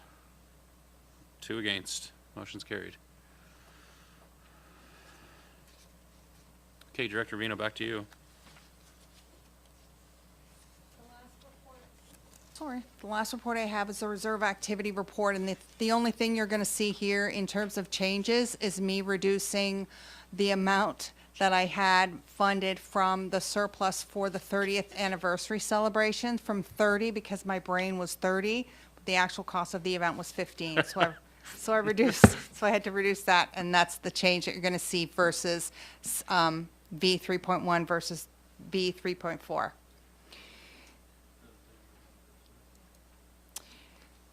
So that's it for me this evening. Just looking for some council direction on next steps. I can tell you that there's probably going to be some savings in the RCMP, on the RCMP line. I've had conversations with people at the office, and so has our deputy CAO. So we think we're going to be able to pick up a fraction of a cent there. The cost of a new RCMP officer is $236,000 a year, not $225,000. However, the chances of us having that officer in place for the whole year is slim. So we're going to prorate that a little bit, which will save us some. Other than that, it's just me going through and rounding. I don't like to have budgets with like $29 because it makes people who read it assume that I can budget with that kind of accuracy, which I absolutely cannot. But other than that, it's really in council's court. I'll have to go back in and add that amount for your option that you picked for your custodian, so that will increase the tax rate, and that will be your version 5, which will be the next one that you get. So we're getting close, unless you have something else that you want to tell me. I know that we heard North Queens Board of Trade speak this morning. If there's something that you would like to, was this morning? It's just, I've been here all day. I'm here all day. If there's something that you'd like to add, please, you know, this is why we're here. Go ahead, Deputy Mayor. Go ahead, CEO Thorpe. Go ahead. I'll recognize you, CEO Thorpe. Thank you, Mr. Mayor. Just to touch on process for council's awareness as well.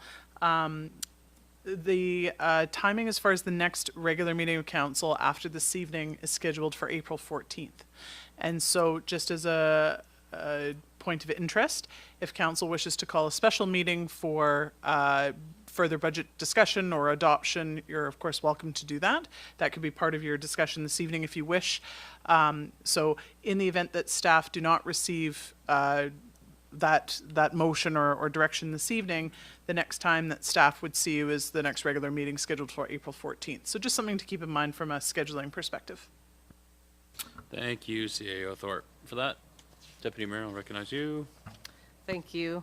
I just had a couple questions with this latest version on page 133 of 200 under other general government services.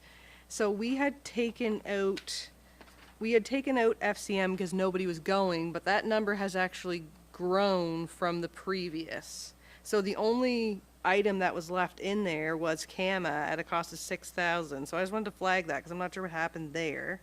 And then I also wondered about NSFM because it was just articulated that there would be one other member going in the fall, and so I'm trying to figure out how that increased to that amount as well. Oh, sorry. Can you go back? Oop, can you go back to the first thing you said so I can look? FCM CAMA on page 133 of 200, that went up, but no one was going to FCM, so that actually got removed.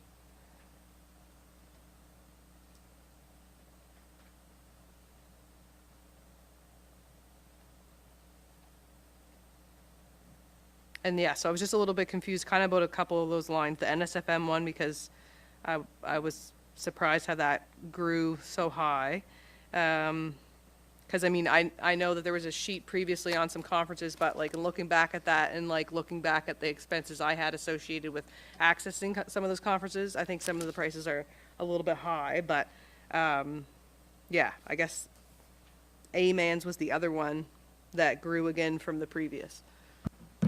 Because the direction from council was that all of those lines be returned to version 3.1. Version 3 from version, I had gone in and reduced all the expenses to the 2.6, and council had said, no, we want to go to these conferences. We're going to add someone from NSFM. We're going to take out FCM, so that's taken out. So if you compare it to the version before that, it was 25, then it went down to 12,517, and then it went back up to 1530. So it was because I went in when I did my version 3.1 and applied the 2.6. When council was discussing it, there was a staff report that was prepared by the municipal clerk based on the original budgets. You wanted all of those things reinstated. I did that. I took off FCM and I added one person for the fall NSFM, which I believe was about $1,600, I think. Okay. I'm just wondering if before the budget comes back to us for the next time, and it likely could be for adoption, if those lines under general government services could just be relooked at, because council had received a whole breakdown of like costs associated with conferences, and CAMA had a price tag of 6, and FCM, it depended on how many people went, but we wiped out FCM and only CAMA's left, so that number doesn't articulate that. So I'm just wondering if that, I don't want to get into the weeds here tonight, but I just wanted to flag that I think if we look back at the supporting documents kind of conference costs, some of them I think are a little bit high based off actual expenses presented, like previously, and then, yeah, if we could just get a little clarity there.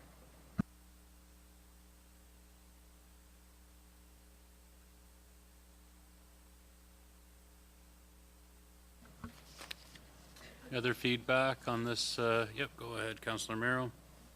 I just have a question as well. Clarity on the Christmas lights and wreaths. It was 14,594 and went to 21,546. Is that our staff doing that, or is that contracted out?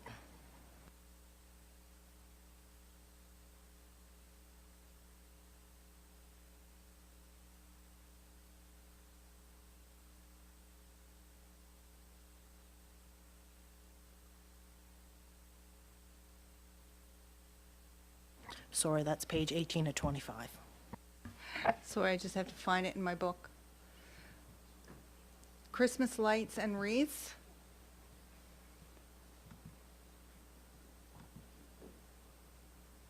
I don't have any notes on that line, Councilor Romero, but I do know that it was, the 2.6 was applied to that line, and that was where it went from 23 down to 21,546. It does, I don't have any notes our deputy CIO didn't give me any notes on that, so I can't tell you if that's, I think that's us hiring someone to do it. I think that was the conversation that was had at the last meeting. Could we find that out? Because I really think our region staff could do that and save us some money in that area.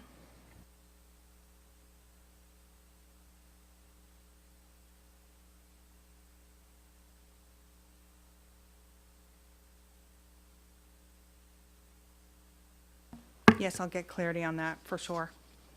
Yep. Other feedback, questions, motions here? I just wanted to chime in on what Director Thorpe, CAO Thorpe told us. I don't think we should be having any more budget process during our regular council meeting. This is getting brutal. So if we can have it Monday or Wednesday, I think we should consider what we're going to do next with the budget and let staff know that we're not doing it during our regular council session. Thanks for that feedback, Councillor Wenzel. I recognize you, Councillor Carver. I'd just like to get some clarification on the, where was it? I had it here. The cell tower fund. I'm not sure if that's going to be, are we keeping that for maintenance? Because there's, I think, 170,000 in that right now, so It's in the reserve report. it's in the reserve yet. The provincial government is funding it right now, so. So it was staff's understanding that, yes, originally when the $50,000 was being added to that reserve, that we were going to have, the region of Queens was going to have to partner with some provider and build that tower. And then we had the unfortunate events of July 2023, where we had that significant flooding, and the province stepped up and said, we need to put a tower up there for emergency services. But I was told by our previous CAO that that was just for emergency services, and that there was going to have to be some additions that were going to have to be made to make the cell tower accessible to normal folk who have cell phones. Now, that may not be the case any longer. I can only go by what information I was provided. That money is there for that work. It might not be necessary anymore, but I don't have that information, but I know we've stopped funding it. I can take that away and bring it up with Minister Maslin to see what's going to be required from, or what the any municipal contribution to that could look like or would look like. I'll take that away. Deputy Mayor Charlton. Thank you. It was my understanding in the last draft that under regional economic development, page 144 of 200, that the 60,000 was going to be reinstated. But I'm noticing now that that number is now up to 75. So it was my understanding that we were just reinstating to the 60, which included it was 50 for economic development and then 10 that was budgeted previously under that line, so I'm just trying to understand where we got, where that increase. So it was the 50, and then it was the 15, because when I looked and saw the 30 in the reserve funding, I thought I best check and make sure that the 15 is still in there, and it was not, so I had to add that back. So just for clarity, that 15 is being funded from the surplus, it's not affecting the tax rate, or is it? For the anniversary, yes. And there was another small coding error, so if you look on the reconciliation report, it worked out to $5,000 to the good under economic development. That's correct. But the $50,000 for that special projects consultant, that's an operational expense. But the anniversary event, that's being funded from the surplus.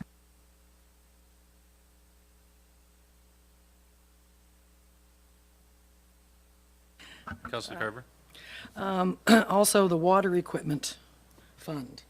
Nothing's being done with that either, so I'm just wondering if we could use that for something. The water equipment fund is for the utility. So one of the things that Director Grant and I discussed after our rate hearing was using some of that money to fund the replacement meter program. And it's something that's been on my list and also his. We've been a little bit busy over the last few months, but it's certainly on our radar. I believe the original intent was that it buy a truck that was dedicated for the water utility, but there is no need for that anymore, so we'll be putting it where it can be best used.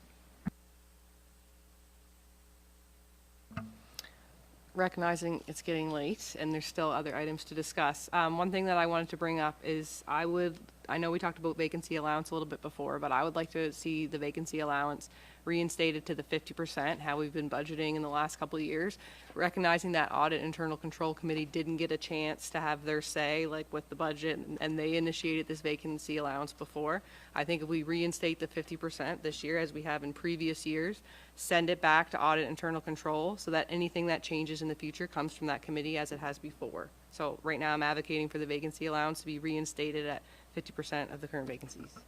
Sounds like a motion. Is there a second to the motion? Is there a second, council? Oh, he's doing it. Councilor Wenzel seconded the motion. Do people have clarity about what Deputy Mayor Charlton's talking about with the vacancy allowance? So I'll just hop in there in case maybe there's residents who don't understand as well.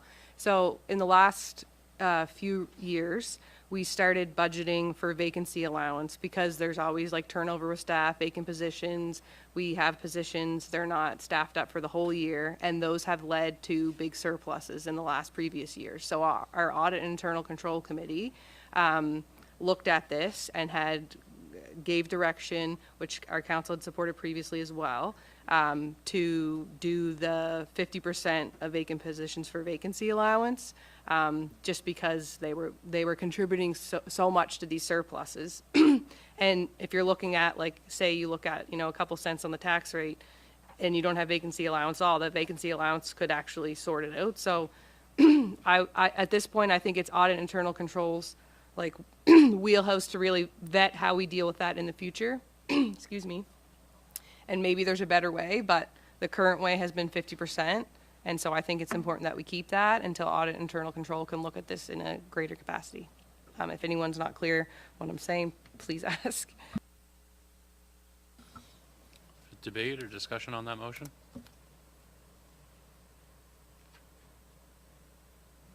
Anybody like to speak to it before I ask the question?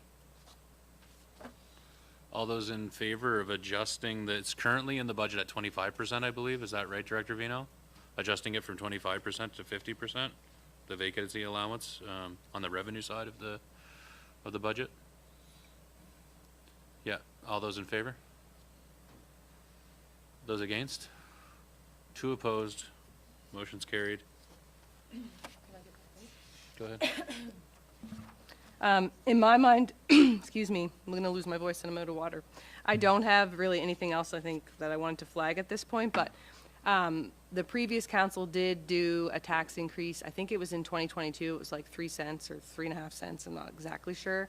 But recognizing that there's going to be some changes here come back, I would like to see some options. So if there's like a 3 or 4 cent deficit, I would like to see some options on how we could consider that, because in looking at other municipalities, like I looked at the town of Bridgewater, for example, their commercial rate theirs is like more than double the residential rate. And so I'm just wondering, like, if we could present some options, so like maybe we could look at kind of balancing that a little bit so it's not overall. I don't know if is that an option, or do you have to do it like straight across the board? Are you asking me to increase the commercial rate to get the residential rate down to 3 cents? I'm really not clear. Sorry, I was just wondering if we had some options to consider, like, because when it comes, like, the stuff that comes in here, it's like, it's 3 cents. But like, how does that, you know what I mean? What are the options, I guess? Like, and how do we compare to other, like, neighboring municipalities, like residential versus commercial? Maybe I'm jumping the gun here and this should be a part of the tax reform. It's late, sorry, Joanne. But I just wanted to flag it if it's probably too much work, honestly, but if it was possible to give council any insight. Sorry, it's late.